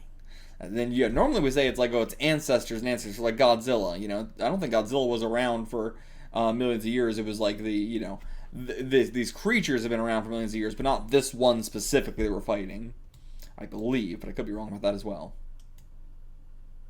Yeah, whale on land as well. But alright, yeah, we could unlock the secrets of human immortality perhaps as well. But I mean, we got a couple immortal animals here on Earth already that we know of, and hasn't really helped us that much with human immortality. Has it helped us with other ways? Yeah, but immortality, you know, that's a far ways away. Just because another creature can be immortal doesn't mean we can. It's, you know, it's not quite the same. Professor, is this some kind of joke? Why is Kitaro the graveyard's name on the list of our research party? But okay, I figured that Kitaro's mysterious powers may be necessary. Professor, you're throwing away the scientific method. Don't confuse comic books for reality. But it's too late to change the list now. Then I refuse to be a part of the research party. Okay, really, dude? But I mean, again, it seems like this is a world that knows about Kitaro, understands that he's a supernatural hero, and is like, we're fine with that. It does read way more like Cape Comics than, you know, anything else. Alright, so, yes, forcing him to go. Okay, so the next day, hey Ratman, we're leaving. Yeah, Kitaro's going to Papua New Guinea. Then go on ahead, Kitaro, I'll take care of your father in your absence. Big talk from a no-good freeloading lout. But alright, also, we're back to here. You know, we've been wandering around for a few chapters, but now we just came back to our house. We either came back to the same house, or we built another tree house that just looks like our old one. It does kind of look a little bit different from our old one, so I'm assuming we just rebuilt our treehouse somewhere else. But and Ratman's living with us now. Okay, status quo, just changing like that on a dime. Be careful of the water once you get there. Why is that? I mean, because of the whale? But the Great Sea Beast Research Mission flight to New Guinea is about to take off. Please fasten your seatbelts. Damn, that's a nice-ass plane. Oh, I love the way it's drawn. But, a little sister Keiko, Yamada's little sister, is coming to stop him? Oh, no. Take this good luck amulet with you. Humbug! You really think that means anything in this age of science? This guy is he's so grumpy about everything. And Kitaro is gonna give it to him. Sweet. Sweet. That Kitaro is so nice! Meanwhile, your brother's a real stinker. I'm not gonna take anything you've touched. Now that sounds pretty supernatural, don't you think? But alright, if you don't want it, I'll just keep it for myself. As if I care. Alright, now we got his sister's good luck charm. Alright, now we've arrived in Papua New Guinea. This is going to be a fun one. I love any good location-based, story. Alright, yeah, no path here. I mean, of course not. You guys thought you were just going to walk a path into this forest? This ain't like Japan. Everyone's in uniform except for Kitaro. And 1 month later, they finally arrived at their destination. My God, okay, I underestimated this a bit as well. A month-long trek to where this beast was. Holy shit. Alright, so Yamada and Kitaro are being teamed up together to get some water. Again, I brought this up in, what was it? It was in, on top of my head, Maldante. I brought this up Maldante as well, but, like, when's the last time you've seen a manga draw a forest like this? Of course, from Papua New Guinea, and in that we were in a great forest as well. But again, that even greatly, more emphasizes my point. Like, when's the last time we've gone to a forest like that, in manga? It's just something that you don't see anymore. It's, also, like, our just language in general slowly becomes less, nature-based over time. But, it's sad to see. This used to be so common now. I can't think of many manga I've read where it's not in a city, period. But, where they're in nature at all, in any way, but definitely not a forest like this. And there are plenty of forests like this in Japan. Not like this, maybe, but like this. But you still just don't see them anymore. I feel like the 80s, like the last time I really saw that stuff a lot. That's the Great Sea Beast? That just looks like sort of light coming in from the clouds or something, but... Okay, that's our syringe too. It's a harpoon syringe. But, okay, yeah, now I can see it. But, alright, it is like a whale, but it's got limbs and everything. The captain should not have taken its blood with the syringe, for that only sent the Great Sea Beast into a frenzy. And yeah, now we're off collecting water, just hearing the rumbling of the sea beast attacking. But, alright, everybody's been taken out, and everything's been collapsed on top of our camp, on top of the people. But okay, they got the blood, actually. This is the blood that's the key to solving the Great Sea Beast immortality. Bring it back to Japan! And then he dies. Oh my God. If I can take this blood sample back to Japan alone, I can have all the honor to myself. I'm gonna try and kill Kitaro. But he's not gonna give the blood to him, because Captain asked me to hold on to it. That's some pretty arbitrary reasoning. But, what now? Natives? Yeah, natives here, so. Can't let them take the sample. I don't think they would want the sample, but, they might just take it off you just because it's something that they wouldn't know what it is. I mean, they would know it's blood, but they're like, what the fuck? But, okay, been paralyzed by a poison arrow now. So, what are you going to do? The salamandra powder should be extremely effective against monsters. I'll give him the coup de grace. Okay, you just have a fucking anti-monster powder? What happened to being so scientific, buddy? But, okay, now he's kind of using it like a hostage, I think? Like, like a body hostage for the arrows? I'm not sure. And yeah, Kitaro knows, like, he's got a warped heart.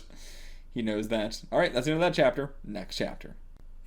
Yeah, he went from so scientific to, your spiritual power is blocked off by the salamandra powder.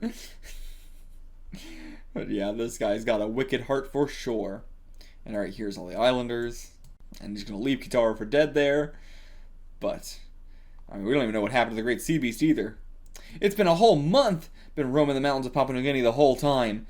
But now I finally made it to the shore. I mean, yeah, it was a month journey there, then it's a month journey out as well. Now I just gotta, get on a ship. And then 3 months later, he finally saw a ship sailing by. God damn. But didn't work at all. Try making a fire. Okay. And it works. They're coming, actually. But okay, here's Kitaro. What the hell happened to him? This is what that poison-tipped arrow and the salamandra powder did to me. Okay, so yeah, the natives didn't take him or anything. But the poison arrow, 4 months later, still has his body covered in warts or whatever. I'm really sorry about that. Here, I'll give this blood sample back. Kitaro, I'm really sorry. He instantly changed so fast. You weren't scared of him before. Well, I guess because, yeah, the boat's coming to pick them up, so, he's got to just play nice right now, so. And okay, it was a Japanese ship as well, coincidentally. They got picked up. Okay, can't kill him with any poison, so I'll just try and inject him with the blood that's going to give me a Nobel Prize. And this is just going to make him immortal, maybe. So even he's admitting he's either going to die or become immortal. One of the two. Good test subject. No, it's not. If he's immortal, you're fucked. But alright. Kitaro is just like happily accepting it too. He's not suspecting anything. Inject him with the blood. I've never had a shot that painful before. They do say the most effective drugs are most painful. But why did I guess just because the blood was going into his blood and stuff, so. Yamada! I'm suffering! Then 2 or 3 days later. Yeah, pretty naive. Way too naive. But, okay. Okay, he still looks like that. But what the hell just happened? And his hand came off? His hand fell off, like maybe the skin as in like a lizard or something, and now he's super hairy underneath. He's turning into the Great Sea Beast. Yeah, getting hairy all over. All the other skin's falling off. Just turning into a hairy monster. And yeah, now he's growing quite big as well, breaking out and falling into the ocean. He committed suicide out of shock! No, he didn't. You are crazy. But alright, now you got the blood to yourself. Kitaro wanted to scream, "Help me," but it sounded like the roar of a beast. Meanwhile, on Japanese television, according to a radio message from the SS Surabaya, the young Yamada from the Great Sea Beast Research Party, who we presume dead, is arriving at Yokohama port today with the blood of the Great Sea Beast. But alright, we've made it home. I mean, at least he has. And this guy again! God damn, the Prime Minister's gonna go greet him at the port. They are really hell-bent on the fact that this is gonna, tell him something about immortality. But now, the Sea Beast Kitaro has been following him home the whole time. What the fuck is this? What the fuck is this? Okay, different one for this volume. And the Great Sea Beast Part 3. Again, really gonna get a kaiju story this time. Alright, oh my god. Is that just a normal whale or is that the Sea Beast? That just looks like a normal whale. The professor's like, aren't you being a little bit arrogant? Nuh-uh, we live in the age of merits. You can be as proud as you want as long as you have the merit. We live in a time when people with merit make all the money.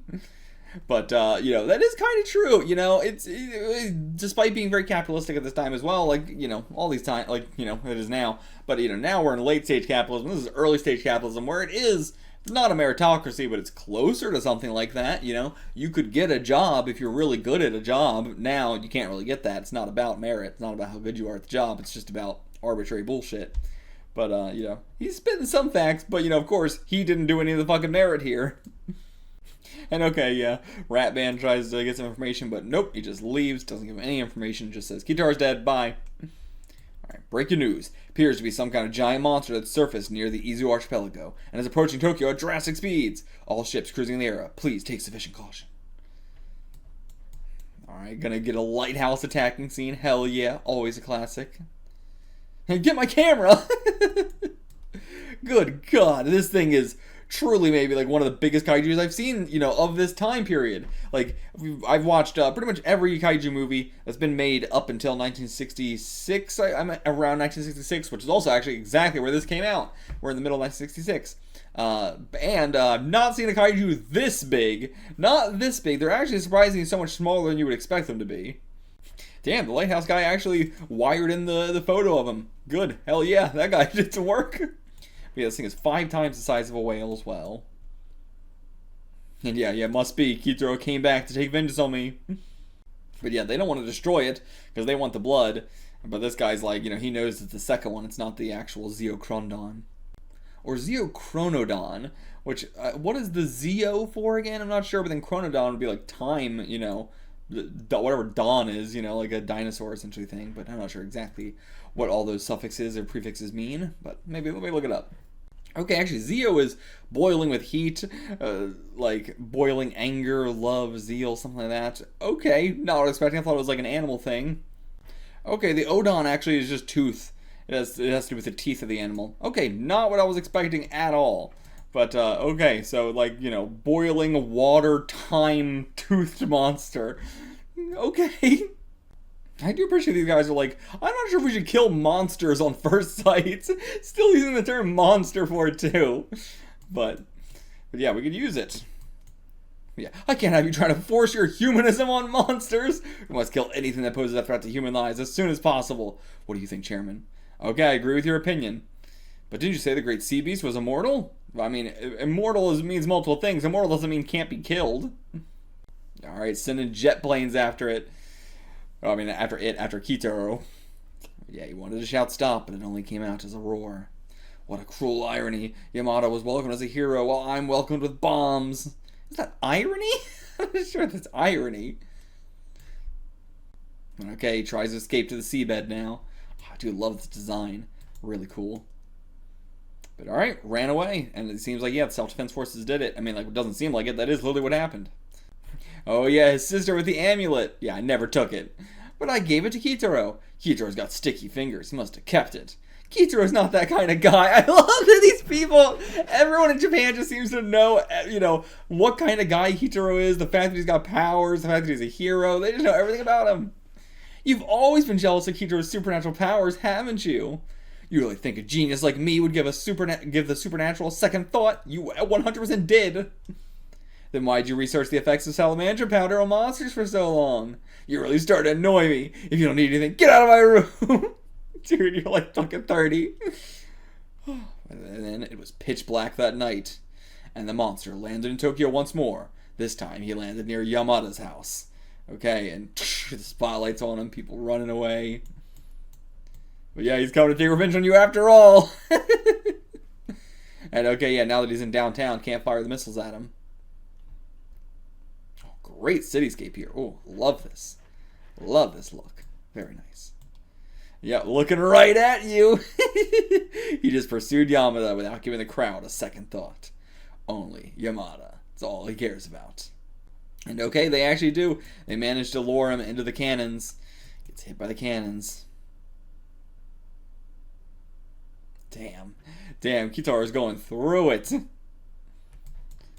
Okay, taken down, bleeding. At that moment, a huge murder of crows flew across the sky. It is said that crows flock to the dead.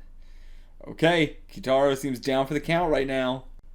Okay, the crows did not come to help. They just came to fucking eat him up. Oh, not what I was expecting at all. But alright, yeah, just continue shooting at him. Just continue shooting. Shuichi, you're being so rough in speech. That's what you're upset about? His speech, not what he's doing? But okay, what the fuck? It just unleashed a fucking beam. A beam. And now all the cannons and shells are sprouting hair. Okay, so is he like, doing essentially what, happened to him? He got turned into this via the blood. Now have like a beam that turns others into this beast?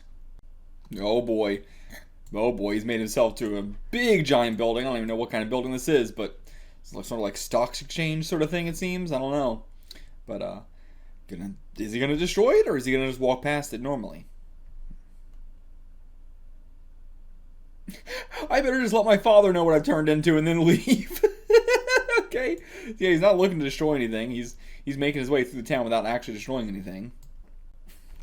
We would have confidence if this was a TV program or a comic book, but not to face it in reality. But okay, this guy's up to the challenge. But yeah, they don't want to use big weapons or anything like that, so give this role to an academic. Then leave it to me, Chairman. Okay, now Yamada's got it. It will cost 500 million yen. Okay, do it within 2 days. Meanwhile, Kitaro has finally reached his father here. Father and Ratman. It's the Great Sea Beast, help me! And yeah, how are we going to tell him? Tried to call to his father, but it only came out as a roar. With his father cowering so much, Kitaro gave up on trying to hold him and left. Damn. Couldn't even tell him anything. Kitaro realized the gravity of the situation. Since he was a powerful monster, he thought nothing was physical transformation. But not only was the transformation irreversible, but none of his friends, not even his own father, could recognize that the Great Sea Beast was in fact Kitaro. Then Kitaro remembered the amulet he was keeping between his fingers. That's it! Yamada's sister Keiko might recognize me. She could help me. Okay! I'm gonna show her the charm and see if that helps.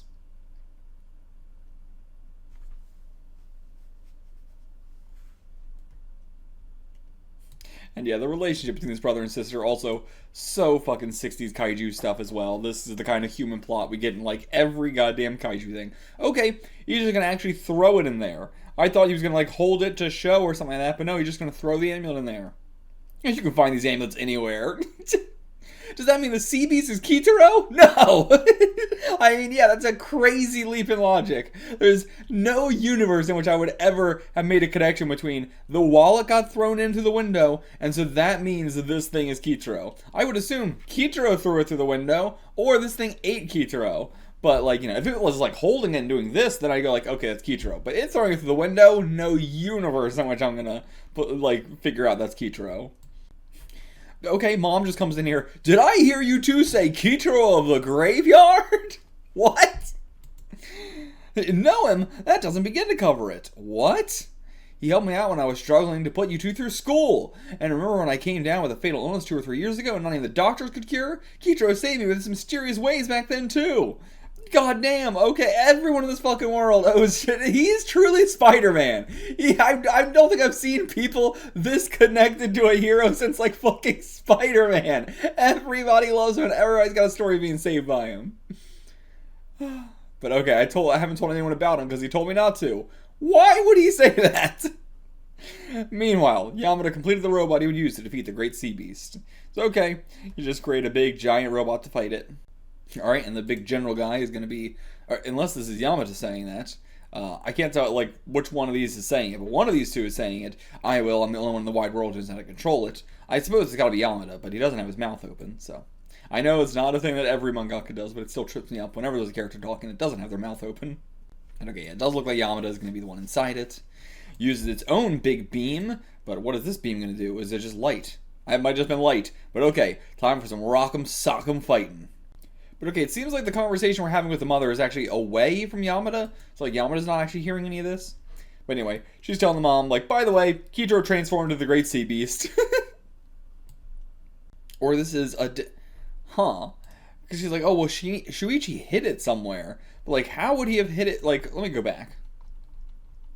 Like, yeah, he has the amulet, then he takes the amulet with him as he leaves. The second he leaves, they're talking, and though, like, you know, maybe like 10 seconds have passed, he's somehow gotten all the way to this place, talked to this guy, gotten in the machine, he's out fighting Kitaro, but also back to here, only a few seconds have been passing. How the hell does that work at all? But then also, how would he have hidden the amulet? He had the amulet and then took it with him, but they're acting like, you know, she's saying, like, oh, now he's been sneaking around in the closet lately.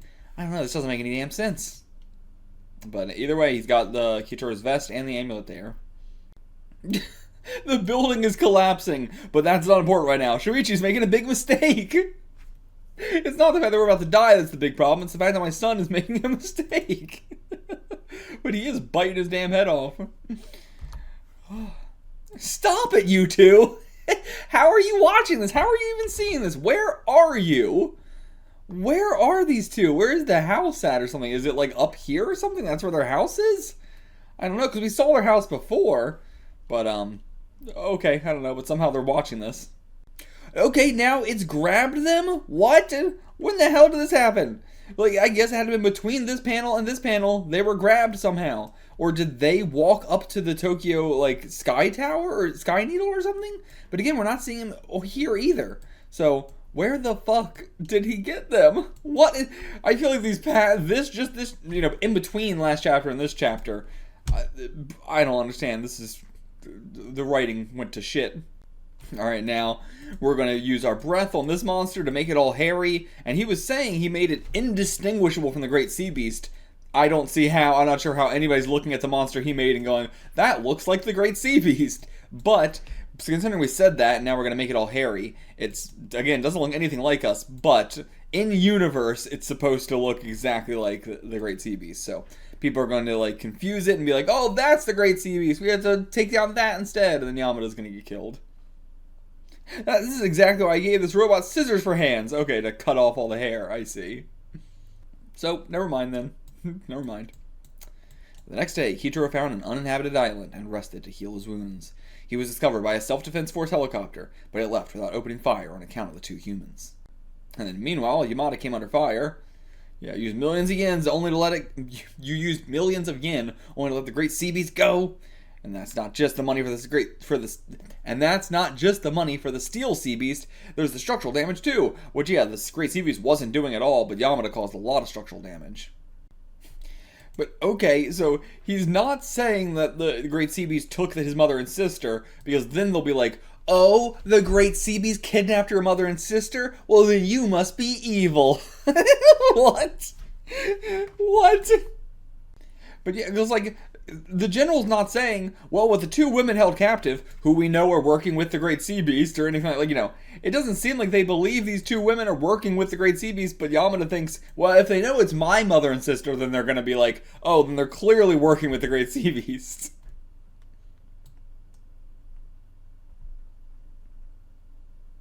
But alright, they chewed him out, but ultimately they're like, well, just do it again, I guess. We got nothing else to do, so just do it again. Sorry for yelling at you. I know, if you let it go one more time, then all your merits so far will count for nothing. You can say that, but I feel like if he fails again, you're going to go, well, we literally have nothing else we can do aside from saying, Yamada, do it again. But okay, so if he fails this time, then they're just going to drop an atomic bomb. Okay. But alright, here comes Yamada in his machine. Here he comes. Alright. Jumps into the water. Stop it, both of you! Both of you! What the hell has Kitaro done? Kitaro ain't done a goddamn thing this whole damn time. You were saying stop it, both of you, to them earlier? I don't think I registered that you were saying it to Kitaro and the Great Sea Beast, or sorry, Kitaro and the robot. Like, I don't know what I thought you were saying, but definitely not that. What the fuck are you talking about? You're acting like we're like fighting, like we're quabbling or whatever. What? We are trying not to die. But okay, gonna fight now. Man, this human plot has got to be worse than any kaiju movie I've ever seen. And I didn't think that was gonna be possible. Human plots in kaiju movies fucking suck shit around this time. But this might be the worst I've ever seen. Alright, under the ocean, Kitaro's got the advantage down here. And he can't breathe, didn't make it waterproof in any way. And, okay, somehow he got him out of the robot. And she's so focused on like, oh, fame isn't everything. Who cares about the Nobel Prize or the medals? There are many thousands of other important things in the world that I've never noticed. And he's crying like that's what this is about. I guess that's what this was about for him. Like to everyone else, this is a, if we don't do this, we all die. But I guess to him, that is not what this was about. And they were just watching. They saw him fail and instantly went, all right, atomic bomb time right now, this instant. But yeah, like, this is what I thought they were, I thought this is what this was all about, but apparently not. Kitaro had gotten into a fight with the scientific prodigy Yamada over the Great Sea Beast's blood, and was turned into the Great Sea Beast by Yamada. That is not how we describe that at all, but I guess that's how you have to describe it if we're going to change the narrative to be, that, oh, they're just unneedly fighting. But alright, Kitaro takes them, goes underwater. Atomic bomb does explode. This is bad. I don't know how the hell they're going to survive this. But so Kitaro went down into a cave. But yeah, like, what is the, okay, put him in the mouth. Okay, and there might be air in the mouth there. Okay. That might save him. But yeah, surface was covered with radiation. Maybe this will get him to change back somehow. Kitaro took a high dose of radioactivity, but the other 3 were safe in his mouth. Kitaro brought them to a less contaminated beach, and then let them go. And now Kitaro's dying because of the radiation. But okay, now we're just flipping the script again, saying, actually, we all owe our lives to Kitaro, and he's even sacrificed his own life to save us. Where was this energy 5 seconds ago when they were fighting? And okay, he's just so easily flipped around to like, I thought everything was merit-based, but actually I think Kitaro is far greater than anyone like that. Why does he think Kitaro is greater than anyone else? Because of his merits? So what? I don't understand. How are you like, oh, I thought merits weren't important, but what's actually important is merits not from me. What? This is such a stupid lesson. Like, this would make sense if he learned this on his own. But the fact that he could only learn this via Kitaro doing merits just completely defeats the point of him having to be like, oh, like he said here, I thought graduating from a good university and winning awards made a good person. But like, it doesn't really change. Like, okay, yeah, Kitaro didn't go to a good university, didn't win awards, but everything, the reason why you trust him now is all the merits that you've seen. Completely defeating the entire purpose of what we're trying to say here. But okay, so then Yamada just went back to a laboratory and started researching salamandra powder again for some reason, and the Great Sea Beast's blood. And they don't seem to care at all that he survived a nuclear blast. They're just like, oh, Yamada just walked away from being at ground zero of a nuclear blast? Who gives a shit? I can't say out loud that Kitaro saved our lives. Yamada went to the Japan Defense Agency to call off the Great Sea Beast's disposal. So, I guess that's not necessarily the same thing, but like, you know, what are you going to say then? Destroying the Great Sea Beast won't solve the situation. We can only solve it by helping the Great Sea Beast. Then why did you say you can't say, like, yeah, you can't say Kitaro saved our lives, but you can say the Great Sea Beast saved our lives. Why can't you say that? You have definitive proof. You're alive! But yeah, of course I'm not going to listen to him. Okay, that was pointless. That was pointless. What's the point of him saying he can't say this if then we're going to have a scene where he says it, but then it doesn't work anyway? What was the point of that scene? Anyway, mates in on a boat. Oh, I ended up killing Kitaro to satisfy my petty ego. What do you mean? No, you're not. What are you talking about? Why is it, this story went from like making complete sense to just like over the course of just 2 chapters now. It makes no fucking sense. How did the writing get so bad so quickly? What do you mean you ended up killing Kitaro to satisfy your petty ego? How is that what's happening in any imagination? Is there a single person on Earth who would read this and say, oh, well, he ended up killing Kitaro to satisfy his petty ego? Zero. Not a single person would say that. What the fuck are you talking about? And then the bombardment ended, no trace of the monster, assumingly because he went down below. And now, yeah, the Great Sea Beast's going to try and sink you. Maybe for the first time, Kitaro going to do some destruction here. But okay, they fired some anti-submarine mortars, and now the sea is red with blood, so they must have actually got him. I'm assuming that's them getting him? And right, yeah, you neutralize the spiritual powers of the Salamandra, so even in this form he can't do anything. But alright, going to transform back. I suppose this antidote won't do me any good now, so let me just sprinkle it into the water right where the Great Sea Beast is. So dumb. So dumb. And now the crows come to maybe help us. Kitaro's father had taken the lead, with Ratman at the rear. He was humming a rousing Kitaro's song. Gay, gay, gay, gay, no gay. Oh, okay, so he put this, anti-salamander powder into the water, and then that gave Kitaro his powers back, which will let him call his father and Ratman with some supernatural shit. But okay, we got some submarines, gonna pull Kitaro up. 2 or 3 days later, the wounded Kitaro was taken to a deserted island. Yamada continued his research into the tent. Yamada continued his research in the tent to find a way to save Kitaro. He's forced him to apologize over and over. We gotta remove all of his blood.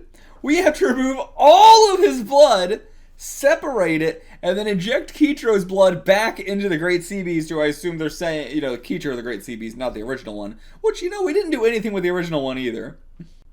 Man, father disrespects Ratman so much. Kind of deserves it, but... I mean, I don't know. Does he deserve it? He seems like he's just a normal good guy in this, iteration. Previous iteration, I would understand, but in this iteration, he's just a good guy. So I'm not really sure why we're, dunking on him. Alright, 2 or 3 days later, injected the blood into Kitaro. Let's see him transform. And yep, there we go. Transforming back. Back down to Kitaro. Okay, but now Kitaro can just piss out all the radiation. Alright. And now we go get our crow helicopters. And yeah, flying with so few crows, but it's because it's supernatural powers. It's not actually the crows doing it. So, not sure if we need the crows at all. Right, and they just see him up in the sky. Oh, hey, look, it's Shuichi's her brother.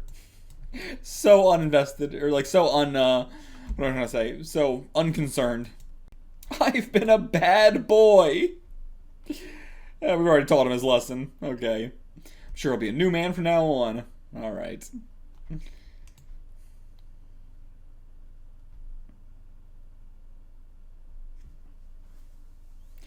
But alright, he learned his lesson, and now we're off back to our house.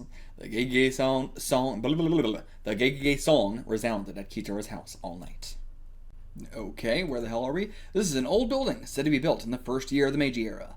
A terrifying incident started when a monster resembling a Daruma came to this building. Okay, so are we going back to the, like, I guess, terrifying incidents started when a monster was summoning Daruma came to this building. We don't know what time period that was. But, like, and the fact that, like, this is all so run down. We're not in the Meiji period. We're in present time, for when this came out.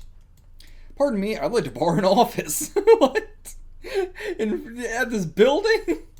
And once again, this design. Borrow an office. How rude. I'm a respectable living being, And if it's money you want, I have it. He's got stacks of cash. But all the offices on the 1st, 2nd, and 3rd, 5th, and 6th floors are occupied. What about the 4th floor? It goes straight from the 3rd to the 5th floor because 4 leads to death, Japanese pun. So the 4th floor is available then. No, you don't understand. There is no 4th floor. I don't care. Let me have the 4th floor. We can't give you what doesn't exist. If I pay you this much for something that doesn't exist, don't you come out on top? Now take my money. I suppose you could call this pennies from heaven. Just take it, honey. Alright, fine, I accept. And so, a monster resembling a Daruma rented the non-existent 4th floor. Why does this feel like the beginning of like an elementary school book? I mean, I guess that is what Kitaro is, to be fair. And so the next day, he invites all his monster friends to come stay at the 4th floor. And the next day, there was a mysterious sign. Mystery Solving Specialist, Daruma Enterprises. Okay, I'm loving this chapter. This really does feel like a fucking, like what am I trying to say? Like a where the sidewalk ends sort of style story. Like that's definitely the kind of elementary school book I was thinking of. That's sort of like that's the title that comes to my mind. But there's a ton like that I read as a kid in elementary school that were just all this kind. I don't know how else to describe it other than the idea of like renting out a 4th floor that doesn't exist, having Daruma Enterprises, mystery solving specialists. I don't know. It's just so absurdist. I love it. Okay, so they did just go to the 5th floor and say, nope, that's the 4th floor. We're taking it. It's literally the 4th floor, so we're taking it. But when he came to the 5th floor, it's below me. So it must be on the 3rd floor. How's that happening? Okay, so yeah, they were living in the in-between 4th floor that doesn't exist. I'm here to see Daruma Enterprises on the 4th floor. Is something the matter? No, not at all. And then tumbles back down. What? A bunch of tiki statues or something? How strange. And so, not the fact that the Daruma are monsters, so their friends are monsters, but the fact that they specialize in mystery solving means there's a lot of strange people, because mysteries. There was 4 ghosts in there, they were this big! There he is, Mr. Manager. What in the world's going on here? We can't have those strange folk living in our building. I can't believe anyone lives in this building! This building does not look livable in! But okay, there's a lot of people got, like, my pet cat's missing her ball. Pastries are missing. Oh, the ghost must have eaten them. They ate the missing ball. The police came to investigate, but they found nothing. You sure you just weren't dreaming? Yeah, there's no 4th floor in this building, so anyone who lives there would have to be from another world. Alright, everybody just moving out. I mean, if you can move out on a dime like that, then, you probably didn't need this place. And damn, in 3 days, the building was empty. Just because they haven't even seen the monsters, right? They're just hearing about the monsters and going, well, my pet cat's ball is missing and my pastries are missing, so I'm moving out. I had one thing happen to me and I'm going to move out. Okay, so Kitaro was just here in the graveyard, just breathing in the aura, and then he overheard us, so he's going to help us out. And yeah, the kid instantly knows who we are. Did Kitaro become a Yoda? Reclaim your building for you? What? Bring me 2 buckets full of cigarette butts by tomorrow. Okay. Alright, set them on fire. We'll smoke out the building. Okay. So yeah, get all the ghosts out of here. What the fuck are these ghosts? I need to see an encyclopedia at the end of this volume. They're all fleeing in pain. Just the pain of, like, being choked out? Or is the cigarette butt smoke, like, specifically, poisonous to them or something? But alright, so the Daruma doll gonna have to fight. Oh my god, he gets us in a grapple and then farts in our face. Also, everyone falls over like this in Kitaro. I've never seen like this kind of fall, in a manga. Like this kind of, it's not like a face fault at all, but everyone falls in that exact way. But alright, then he releases a bunch of tiny Daruma from within him. Swarming him. Alright, climb up the telephone pole and then dive down onto them. And do what? Kiss them? What? Okay, Kitaro, I lose. I'll never come back to this world again. What? He dived in, kissed one of them, or licked one of them. It looks like he's licking it. And then that made him immediately stop. But then he gathered all the miniature Darumas in his belly and ran away as fast as he could. I just punished the ghosts that weren't supposed to be in this world. Daruma's ghost internal organs, even its stomach and its heart, consisted of separate life forms that took the form of miniature Darumas, which lived in the capsule of its skin. When threatened, the Daruma could send out the miniature Darumas from its belly to attack a swarm of piranhas. But when the miniature Daruma that made up the heart dies, the rest of the miniature Darumas die, and that's why the Daruma ghost left. Okay, so we just started licking his heart. Alright, and yeah, well, that's it. The gay song followed from the drainage ditch and praise of Kitaro. End. Alright, well that was just a short special chapter there. But I enjoyed it a hell of a lot more than the Great Sea Beast chapter, I can tell you that fucking much. That's for damn sure. Alright, the Monster Castle, not a part 1. I feel like these part 1, part 2s are not good. But, okay, up in the sparsely inhabited mountains of Shikoku, where somebody saw something awful. It's awful. What is it, assistant official? You're making a fool of yourself. Look at this, Mr. Mayor. Isn't this a letter from a monster? Yes, it's telling us to bring our children to the grove by the fire god shrine once a month. Can't believe we make such an anachronistic demand. Anachronistic demand? What do you... I guess because, yeah, like, it's the 60s and he wants us to go to a fire god shrine and bring our children and seemingly sacrifice them or something. It is kind of anachronistic. Like, you know, you would think. Besides, these monsters really exist. Foolish mayor! Some old man comes out. The village elder, old Yamabiko. I just roused my 120-year-old body and came here because this village's crisis. You have received a letter from a monster. If that is not a crisis, then what is? I was not scarred by the atomic bomb, or scared. Yeah, I was not scared by the atomic bomb dropping on Hiroshima, but a letter from a monster scares me. That's crazy. That's crazy. We're only in the mid-60s right now. It's not that far away, even the bomb's being dropped. So do monsters really exist? Do they exist? Oh, only 100 ri from here on the Mount of No Return. And yeah, ri was the old way of doing you know, miles or kilometers in Japan. When did they stop doing ri, actually? But okay, so a ri specifically, in Japanese at least, is the distance that a person carrying a load would aim to cover on mountain roads in 1 hour. Damn, that's so specific. Not even like on mountain roads. I guess it makes sense for Japan, but okay, so there's been various ris, I see. So in Edo, the Tokugawa shogunate defined 1 ri as 36 cho. What does that mean? So okay, a cho is about like 100 meters, we'll say. Okay, so yeah, they defined it as 1 ri was 3,600 meters. But damn, that was in 1891 that they defined it as that. So for a long period of time, a ri was just a random measurement that you couldn't... It's not even as bad as the imperial system. It's worse than the imperial system, because it was just a bunch of random shit. You couldn't know which one you were talking about, you know, which ri you were talking about, until 1891. That's so fucking late. But okay, so in 1909, the English units of measurement were made legal in Japan. Then following World War I, they tried to, like, you know, consolidate and stuff like that. So they established the metric system as Japan's legal standard in 1924. But then it was throughout, like, the 30s that they were, like, you know, implementing it more into actual shit, like, you know, industry and stuff like that. But then it was after World War II that they truly started, you know, actually using it around the whole nation and everything like that. Where was this? But okay, yeah. So the first, so down here. I mean, it was all highlighted. But the first success was the conversion of candy sales in Tokyo. Then everything else followed after that, and that was in 1956. So then, with the majority of the public now exposed to it since childhood, the metric system became the sole legal measurement system in most villages of Japanese life on 1959. But okay, so yeah, most Japanese people didn't actually intend to use the metric units when they had other options, but they actually made it criminalized in 1961. So damn, in the 60s it became criminal to use the old ri system. I mean, like, of course, like, not an individual person, but you know what I mean, like a store using it, or like, as I say, a verification device or anything like that. But okay, the Japanese monsters used to fucking, you could call them mecha Japanese monsters. They used to swarm at the Mount of No Return. But they fell into a deep slumber a century ago. So you were 20 when this happened. Yeah, but when I was still 20. And before then, we offered them a child every month. Yeah, I guess the monsters spend a century awake and a century asleep. Yes, it was a custom a century ago to offer them a child. But yeah, this guy doesn't seem to know about Kitaro at all. It's more the children who know about Kitaro, but not the old people. I mean, it makes sense. He's so new. Oh, never mind. Maybe he does know about Kitaro. You see that child pissing up on the top of that tree? You mean that child in a vest? Yep, that pissing boy is gonna be our hero. Yes, that is the child named Kitaro of the Graveyard. I met him just recently. Okay, just recently.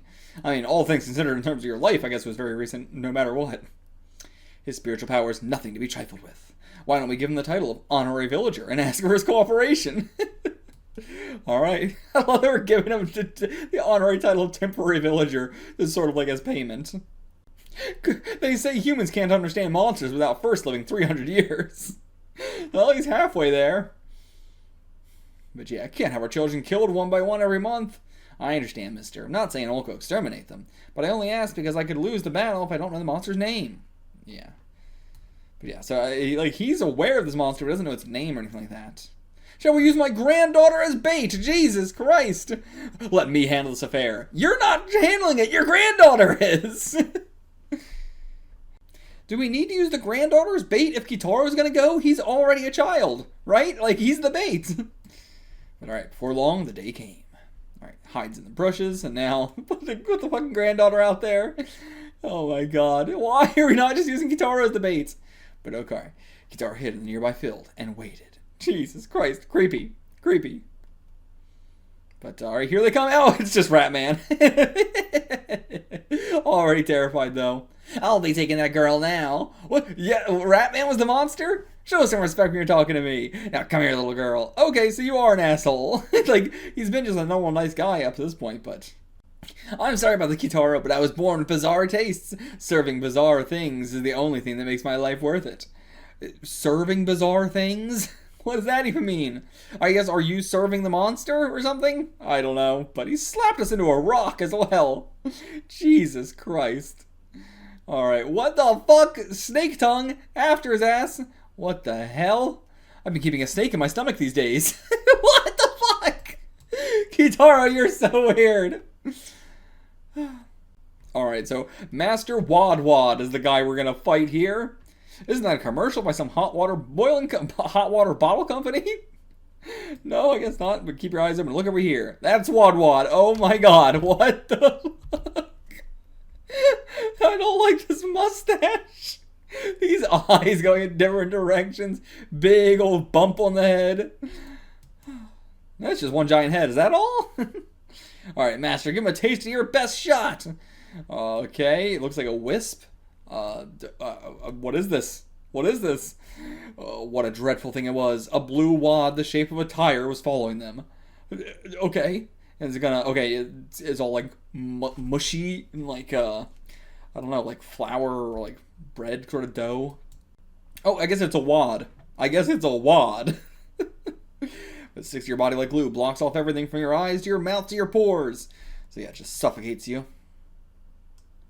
What a fitting death for you, Kitaro. Ratman, why are you so evil now? I praised you. I was like, I didn't praise you, but I was like, why are we being mean to Ratman? He's nice in this version. Nope, guess not. But just had to wait for him to be evil. The great monsters, Master Wad, Mr. Two-Mouth Woman, and Master Whirlwind have awoken from their 100-year slumber. Your age is over, Kitaro. But grab him, pull him down beneath the ground. This is our best friend. Who set you up to this? I assume Master Wad and all them. Nobody set me up. I'm doing it because I like it. Let me give you a warning, Kitaro. You better get away as soon as you can. Okay, Master Wad took the girl. They're making monsters using children as raw materials. They want to make the mountains of Shikoku a mecca for monsters once more. Alright, I'm going to have to lock you up with my snake handcuffs. This is... I love we're just making Ratman a full-on villain right now. He is pure evil. He is feeding children to monsters to make more monsters. I've been walking for 3 days, but there's Monster Castle. Oh my god. Boom. And is this the girl that got tied up there? Jesus. Oh, what does this flag say? I can't even read it. It's so dark. But alright, this is the castle. Really shitty castle. And yep, that is her, tied up from her fucking legs. Alright. Two-Mouth Woman's snake hairs that have turned into snakes, were ecstatic from finding their prey. And then they grabbed Kitaro. They could grow 200 meters long and have the strength of a crane. Are strains particularly strong? I didn't know that. Kitaro summoned up all his might to try and cast a spell, but his vitals were constricted, and he was drawn to Two-Mouth Woman completely helpless. And that's where the second mouth comes back of the head. What the? It's just Google heard me talking about a crane and tried to look it up. Ooh, big old color page for this one too, for part 2 here. What the fuck? I guess these are the other ones that were named that we didn't really get to, I don't remember what the fuck their names were, we didn't see them yet. But, everything besides Wad Wad. Oh, okay, never mind, here they are, right here. We got Wad Wad, spits wads out of his mouth. They are as big as an automobile tire, and they seem way bigger than that, and 100 times as adhesive as cementine, whatever the hell that is. When these wads get into the eyes, they stick like glue, blinding his opponent. And then a whirlwind with a big old mouth to blow. His inhaling power is strong enough to create a miniature whirlwind above his opponent's head, and those who touch the eye of the whirlwind have their flesh torn off, as if they were cut by scythes. And Two-Mouth Woman, her hair can grow 100 meters, 200 meters, and turn into snakes, which grab things and feed them into the mouth and the back of her head. Okay, and right, yeah, we did see her. I don't know why we said we didn't see the others. We just didn't see Whirlwind. But alright, seems like he managed to get free. Just managed to get free, period. The moment Two-Mouth Woman bit into Kitaro's leg like a snapping turtle, Kitaro sprinkled powerful pepper into her mouth. Okay, that's how he got out of it. With just pepper. Then Sumo throws her out the fucking window. It looked like he was going to Sumo throw her, but then nope, just throws her out the window. This was a quick feat by Kitaro. Okay. So, this is the front of the monster castle, back of the monster castle. Wait, what? Which part's the front, which part's the back? I don't know which part's the front, which is the back. I think the whole thing's the back. But then, like, the front would be we can't see it, so why are you labeling it? I don't know. But now we're seeing it from the back. And fucking Ratman informing him that we're here. But okay, yep, we just took him and ran. Alright. But the whirlwind, the whirlwind. Oh, it's going to take your vest as well. No more spiritual powers, but can still use the hair spikes at least, but it'll, exhaust him, so. Okay, never mind, it's just gonna return to us. Kitaro was drawing his vest back with his willpower. Okay, he can do that too? Damn, should've done that before. What is this conversation we're having with Ratman? How do we even get to have this conversation with Ratman? We ran away, I guess Ratman fell out of the whole tower and then, came to us or whatever, but what is this conversation? You forgot about the granddaughter, how'd you forget about her? What the hell do you mean? But, okay, what the hell? This thing's glaring through the night. It's like a flashlight sort of thing, or is it an actual beam attack? I don't know. And what happened with the girl? And the whirlwind pinning him down, it seems, or nope, sucking him up. But these guys are fucking weak as shit. These guys are nothing. But, okay, into his mouth. But we're just gonna beat him up from inside or something? Oh, never mind. We didn't go into his mouth. We got flattened like a pancake underneath him. I see. Let's keep him and use him as a carpet. No, I'm keeping the vest. Then let's roll him up and bring him back. Still, never thought Wad Wad would be this impressive. Damn, is this actually happening? And yeah, the granddaughter, you're coming with us. Okay. They're just pinning us to the floor with nails. Oh, by the time Kitaro woke up, he was nailed to the floor with Whirlwind's massive behind on his nose. If this is not a crisis, what is? I really didn't think this was actually happening to him. But okay, this can happen to Kitaro as well. Obviously he's still fine, but just, damn, you can be this cartooned out. Okay, Ratman's even more evil than these guys are. He's the one being like, I want you to turn this girl into a monster. And these guys, who that's supposed to be their whole deal, are like, what? But then she'll never be human again. Oh, what is going on? He's just going to walk out here and he's like, oh, it feels like there's someone behind me. And then screaming, stop it, I can't breathe, Kitaro. What is he doing? Is it like, the vest or something? But what in the world is happening to Ratman? One night in the quiet forest. As a matter of fact, Kitaro, this stone I found in this bizarre primitive forest is behind this all. Okay. Don't strangle me too much or I won't talk. Look at this. It says in code that Master Castle was sealed long ago. I climbed up Monster Rock and untied the rope seal. So it is your fault! But then I saw Monster Rock turn into a Monster Castle with a loud booming noise. Something unbelievable appeared when I broke that seal. Something that just shouldn't exist showed up. What could be more startling than that? But at the same time, wouldn't it be natural for a Tsar enthusiast to protect and foster it? We are really just adding so much to your character that, this is such a bad introduction to Ratman's character. None of this really we, understood from the earlier version, and we didn't really, everything to do with Ratman it sucks in this version. But anyway, Kitaro survived as a carpet in the Monster Castle. He also remote controlled the vest Ratman wore with his brainwaves, and to put the screws on Ratman. What? I can do them just mean metaphorically? He was also communicating with Ratman's brain through the vest. Naturally, Ratman could not take the vest off. Okay, no, he's like screwed the vest in or something? I don't know. But okay, so we're gonna like seal it all back up. But yeah, I can't even read this at all. I don't even know if this is true. He's making it all up. Okay, that was the vest saying that, actually. Okay, so yeah, this is readable in universe. But the stone says how to make the rope seal. Okay. So to make the rope seal, you gotta twist 24 strands of straw 24 times. Then attach 24 streamers. Add a tail of newt and poisoned toad oil. Place it on top of Monster Castle before the first cock crows. That's part of it. But, okay, so just do all that, and we're just going to do all that between the panels, basically. Ratman was constricted and had no choice but to do as Kitaro told him. And so, he threw the sealing rope atop the monster castle, and big flash, it's going to be sealed up. Only a giant rock remained. The castle turned to stone, as did the monsters inside it. The monsters weren't even that bad. The monsters truly didn't do anything. It was all Ratman. And before long, Kitaro's victory song resounded through the mountains of Shikoku. And oh yeah, Kitaro's body's trapped inside the rock. Kitaro didn't win. Is that true? Doesn't seem like it. Okay, damn, just dig me out of the rock. Just, okay, I guess that seems like a tall order. But okay, then we got him out. Still got the nails all in him. And yeah, go save the granddaughter. Alright, and he's forcing him to keep wearing the vest so he can still be a servant regardless. Alright, we're gonna do a little epilogue as well, okay. Oh yeah, right, the title of Honorary Villager. Yeah, I don't give a shit about that. But alright, there we go. And then the Gege song resounded throughout the mountains of Shikoku. Terrible, though. Terrible. Another terrible chapter. The Daruma one was a lot better. Again, part 1, part 2s are just like the ones with multiple parts in general. Suck. They're so bad. The first part of this was okay. The second part sucked shit.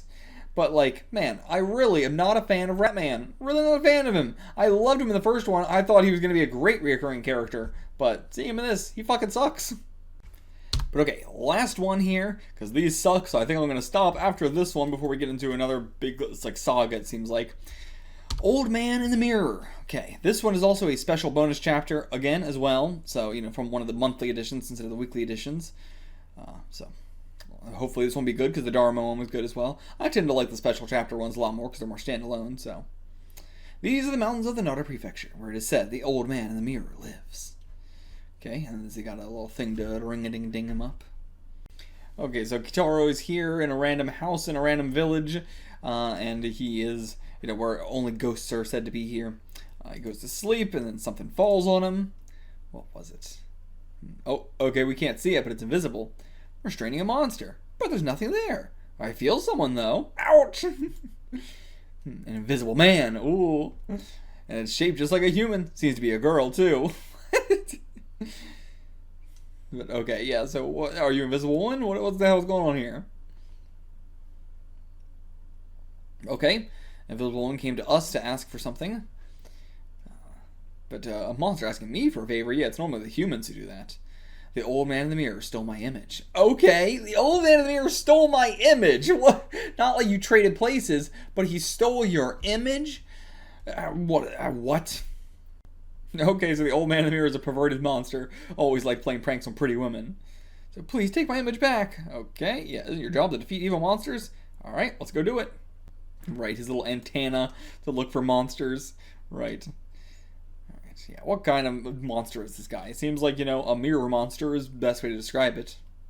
He lives in a mirror. Legend has it, he dies and the mirror breaks. Okay, so let's just go break the mirror. Well, first we gotta make him swap again, I would assume. Or something.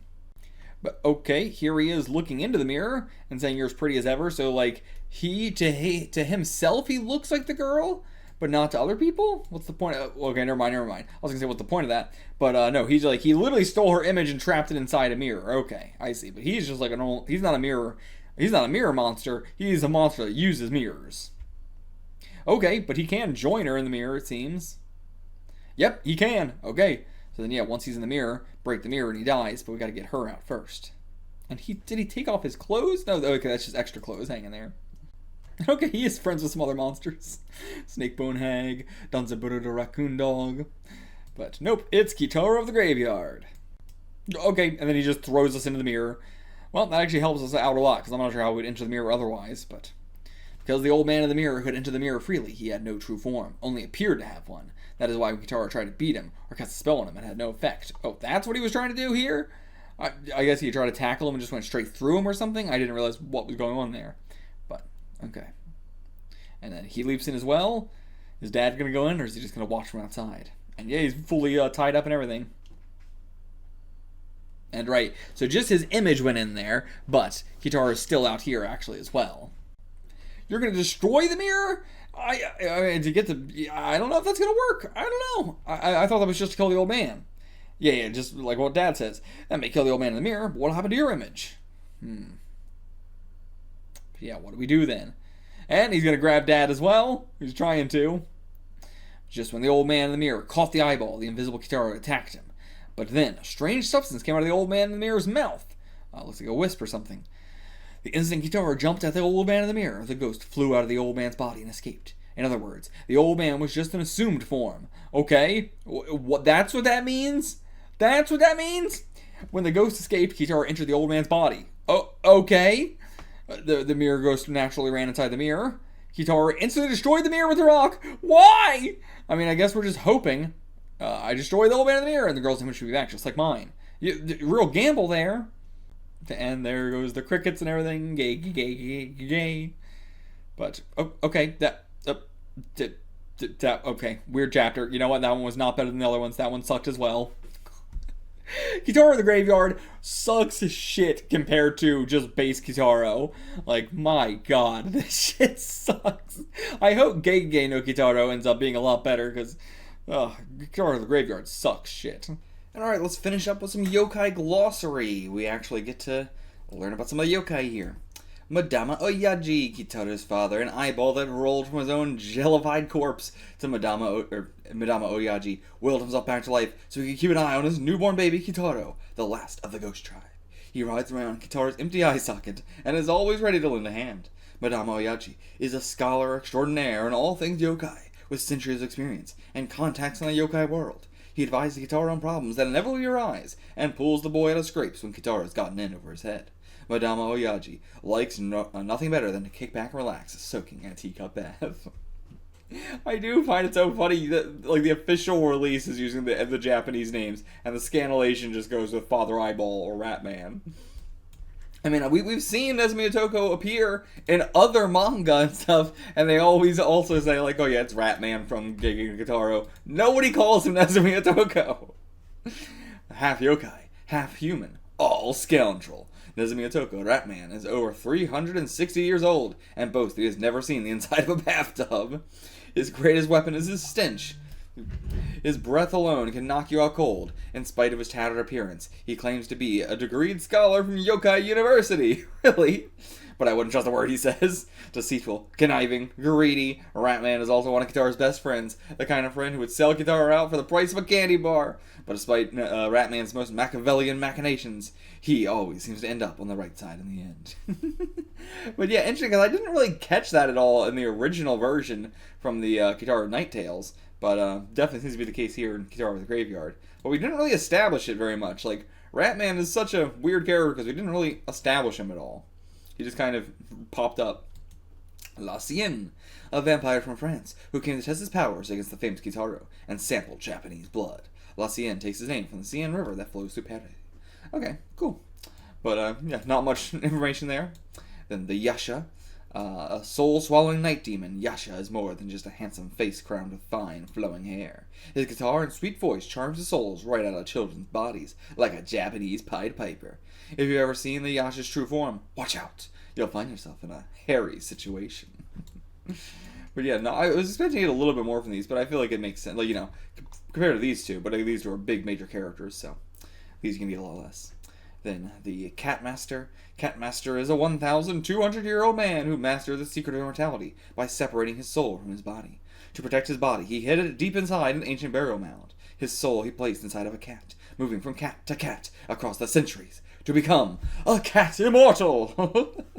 This is the image you chose of him. This is the image you chose of this guy? He's getting a zoomed out shot, come on. In Hyakume's case, the name says it all. what was it again? Okay, 100 eyes. So 100 eyes, that's pretty much what you get with this grotesque yokai.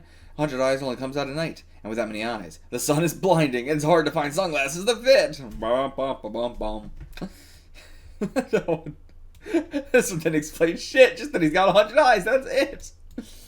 Suiko, a sweet-tasting water spirit. This water spirit tempts children to drink it and then possesses their bodies from the inside. Water spirits are immutable as liquid and can transform into clouds or mist, but they share the same weakness of all liquids. Water spirits can be frozen solid. The best way to trap a water spirit is inside a clay jar, where it will pass the ages, waiting for someone foolish enough to crack the seal and take a sip. Okay, this one I like. This one actually felt like a real yokai entry. And then what the hell was this one again? I don't remember.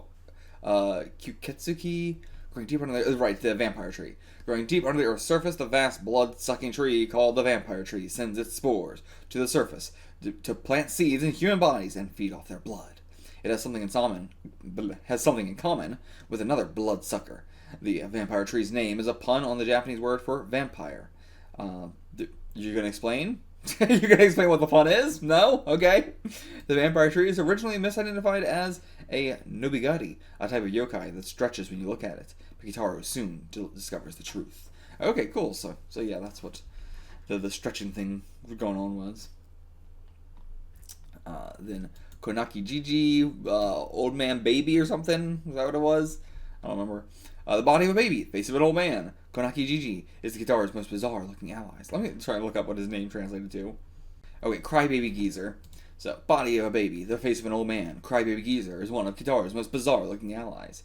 And one of the most dangerous. What? I mean, our allies suck shit, so maybe this guy is the most dangerous one we have. This yokai from Tokushima Prefecture hides his withered face and cries like a lost, innocent baby. When a good Samaritan, or a bad guy, picks him up, he increases his weight to up to 2 tons, crushing the poor soul with the weight of a boulder.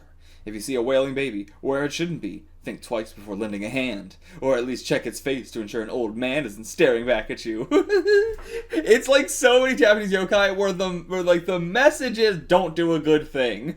And you understand also why a lot of the stuff, when you think about the old era of Japan, back, hundreds of years ago, where, there might have been a trick, someone leaving a wailing baby somewhere, or also just, you can't afford that, whatever, your kind-hearted nature might betray, your own life if you can't afford it. But yeah, it's crazy in modern day being like, the message here is, the lesson to learn from this yokai is, don't help a baby. And then Itamomen, what was this? Just a roll of cotton. Just simply a roll of cotton. This yokai from Kagoshima Prefecture is a friend of the wind who flies freely through the air. Its favorite attack is to swoop down, wrap around the necks of enemies, and choke their life out. Watch out for that wisp of white.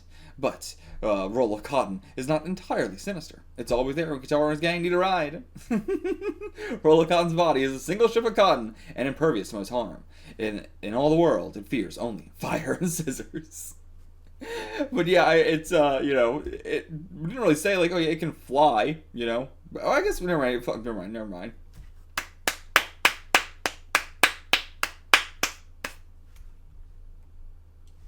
But yeah, this one has to be the most, the worst one we have. This is the strongest, this is the weakest, for sure. But I mean, if you're a rock, you watch out. Tsunakabe Baba, which was this one. Right, the sand-throwing hag. The sand-throwing hag, right. Deep in the woods of Nara Prefecture, the yokai sand-throwing hag lurks to fling sand from her hair on unwitting passers-by. Why does she do this? No one knows. The way of the yokai are dark and mysterious. Sand-throwing hag does more than just irritate people by throwing sand on them. She is one of Kitaro's staunchest allies, and plays a special role in his life. She is the landlord of the yokai apartments, where Kitaro lives with his father. Okay, that must be like a future thing. Witch. Simply witch. The mistress of Malficium. Malficium is a traditional witch of the oldest school. Flying broomstick, pointed hat, warts and all. She fights on the side of the Western yokai. But yeah, right. So we're gonna have a whole I wonder if we're gonna get we got the vampire from France, we got the Western yokais now, we got of course all the normal Japanese yokai here. But did we get a Chinese yokai or was that in something else? I think I was just like guessing, like, are the Western ones going to be Chinese or not? But I don't think that was just a guess I had.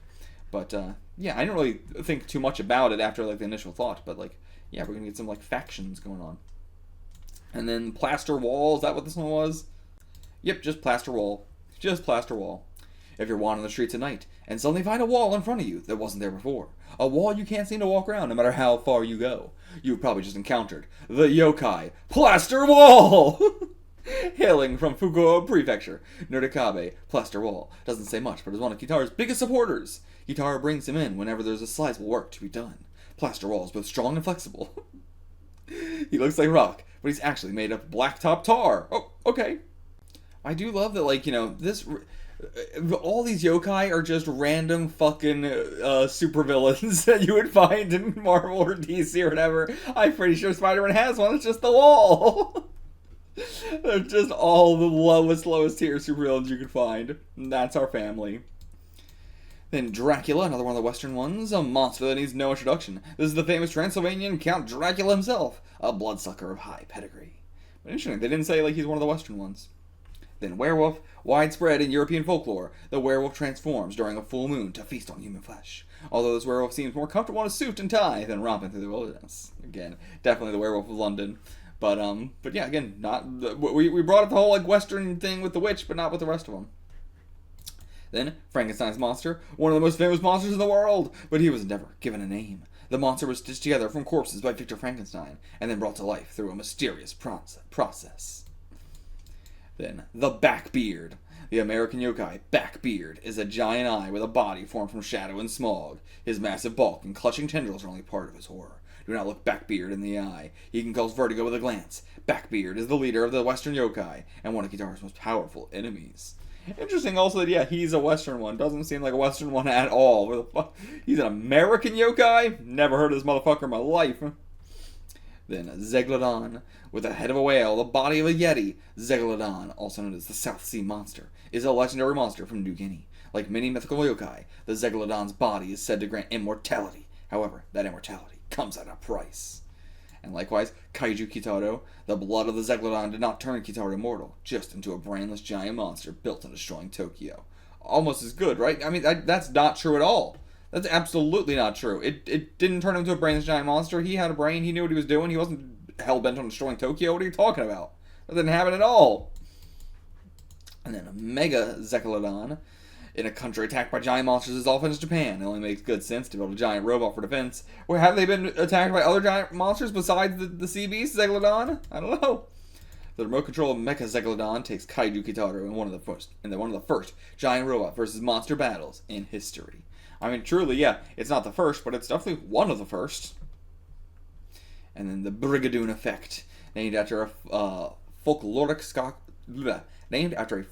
Scottish village that appears for only one day every 100 years. The Brigadoon effect refers to any location that is unstuck in time. That's a yokai? Or it's just the effect? We're just gonna log the effect. Obake Daruma. This yokai looks like a traditional roly-poly Daruma doll that has sprouted arms and legs, but that is where the resemblance ends. Instead of a wise sage of endurance, the Obake Daruma lives in the hidden fourth floor of buildings and solves problems only a yokai can handle. Okay, so it's not just that building, but other fourth floors. But if you cross him, he has a secret attack. A belly full of little buddies made from his own organs! Then Tantanbo. This giant head is a dangerous cousin of the Tokushima Prefecture yokai, Okamoto. Whereas Okamoto is content to just poke out the doors and surprise people, Tantanbo is more ambitious. He wants to put his giant mouth to good use. Tantanbo may just be a head, but he has a variety of weapons at his disposal. From his missile spit to his flash beam eyes, Tantanbo is a force to be reckoned with. And still probably the best design out of any yokai we got in the whole series so far. Then Futokucha Onna, what was that one again? That was the two-mouthed woman. But yeah, the Futokucha Onna, the two-mouthed woman, has two mouths, and both of them are hungry. While she may look dainty and sweet from the front, hidden behind her luxurious hair, is a second, gaping maw, ready to swallow you whole. Her reach never exceeds her grasp. Her serpent-like hair can stretch over 650 feet and snatch things to feed her ravenous hunger. And then this fucker, the Kama Itachi, I don't even think if did I mention that at all? Did I say anything? This is the Kama Itachi? I know what the Kama Itachi is. That's like the like slicing weasel thing, right? But, you know, the Itachi is the weasel, the Kama is the blades. Most commonly depicted as a trio of weasels, this Kama Itachi is just one guy with an awfully big mouth. The master of the whirlwind. I guess, yeah, that's where the Kama Itachi part comes in. When Kama Itachi puts his lips together to blow it, it is time for Kitaro to take a spin. The Kama Itachi traditional attack hits you 3 times in an instant. First knocking you down, then cutting you, then healing you, leaving you undamaged but in terrible pain. Huh? Undamaged but in terrible pain? What? But if he heals you, what? Okay. And then the old man in the mirror. Born of ancient temple mirrors that have been abandoned and forgotten, the old man in the mirror knows the secrets of the land beyond the reflecting glass. Lonely and lustful, he kidnaps pretty young girls and takes them into his mirror world. The old man in the mirror has no true form, but his soul is tied to the mirror that gave him birth. Shatter the mirror, and his captives go free. Okay, that is it for this one. We're going to cut it off here because that is the end of, like, this book covering these. Like, the official release was Kitaro, and then the next one, the next chunk of chapters is another official release covering it, so I think we'll cut it up by that. So, and, you know, also just, this wasn't that good, you know? I was planning to do all of Kitaro the Graveyard in one, you know, big video for this year, but, you know, this isn't good enough for me to want to keep going through multiple more volumes. So, I think we're going to cut it off here. I hope that it gets better, or I hope that at least Gegege gets better, but also the difference between Kitaro the Graveyard and Gegege and Kitaro is completely arbitrary. It's just, okay, we're going to start calling it Gegege now because that's what the anime calls it. That's it. But yeah, so, I guess I have nothing else to say. That's it. I'll see you guys for the next one. Until then, get the fuck out of here.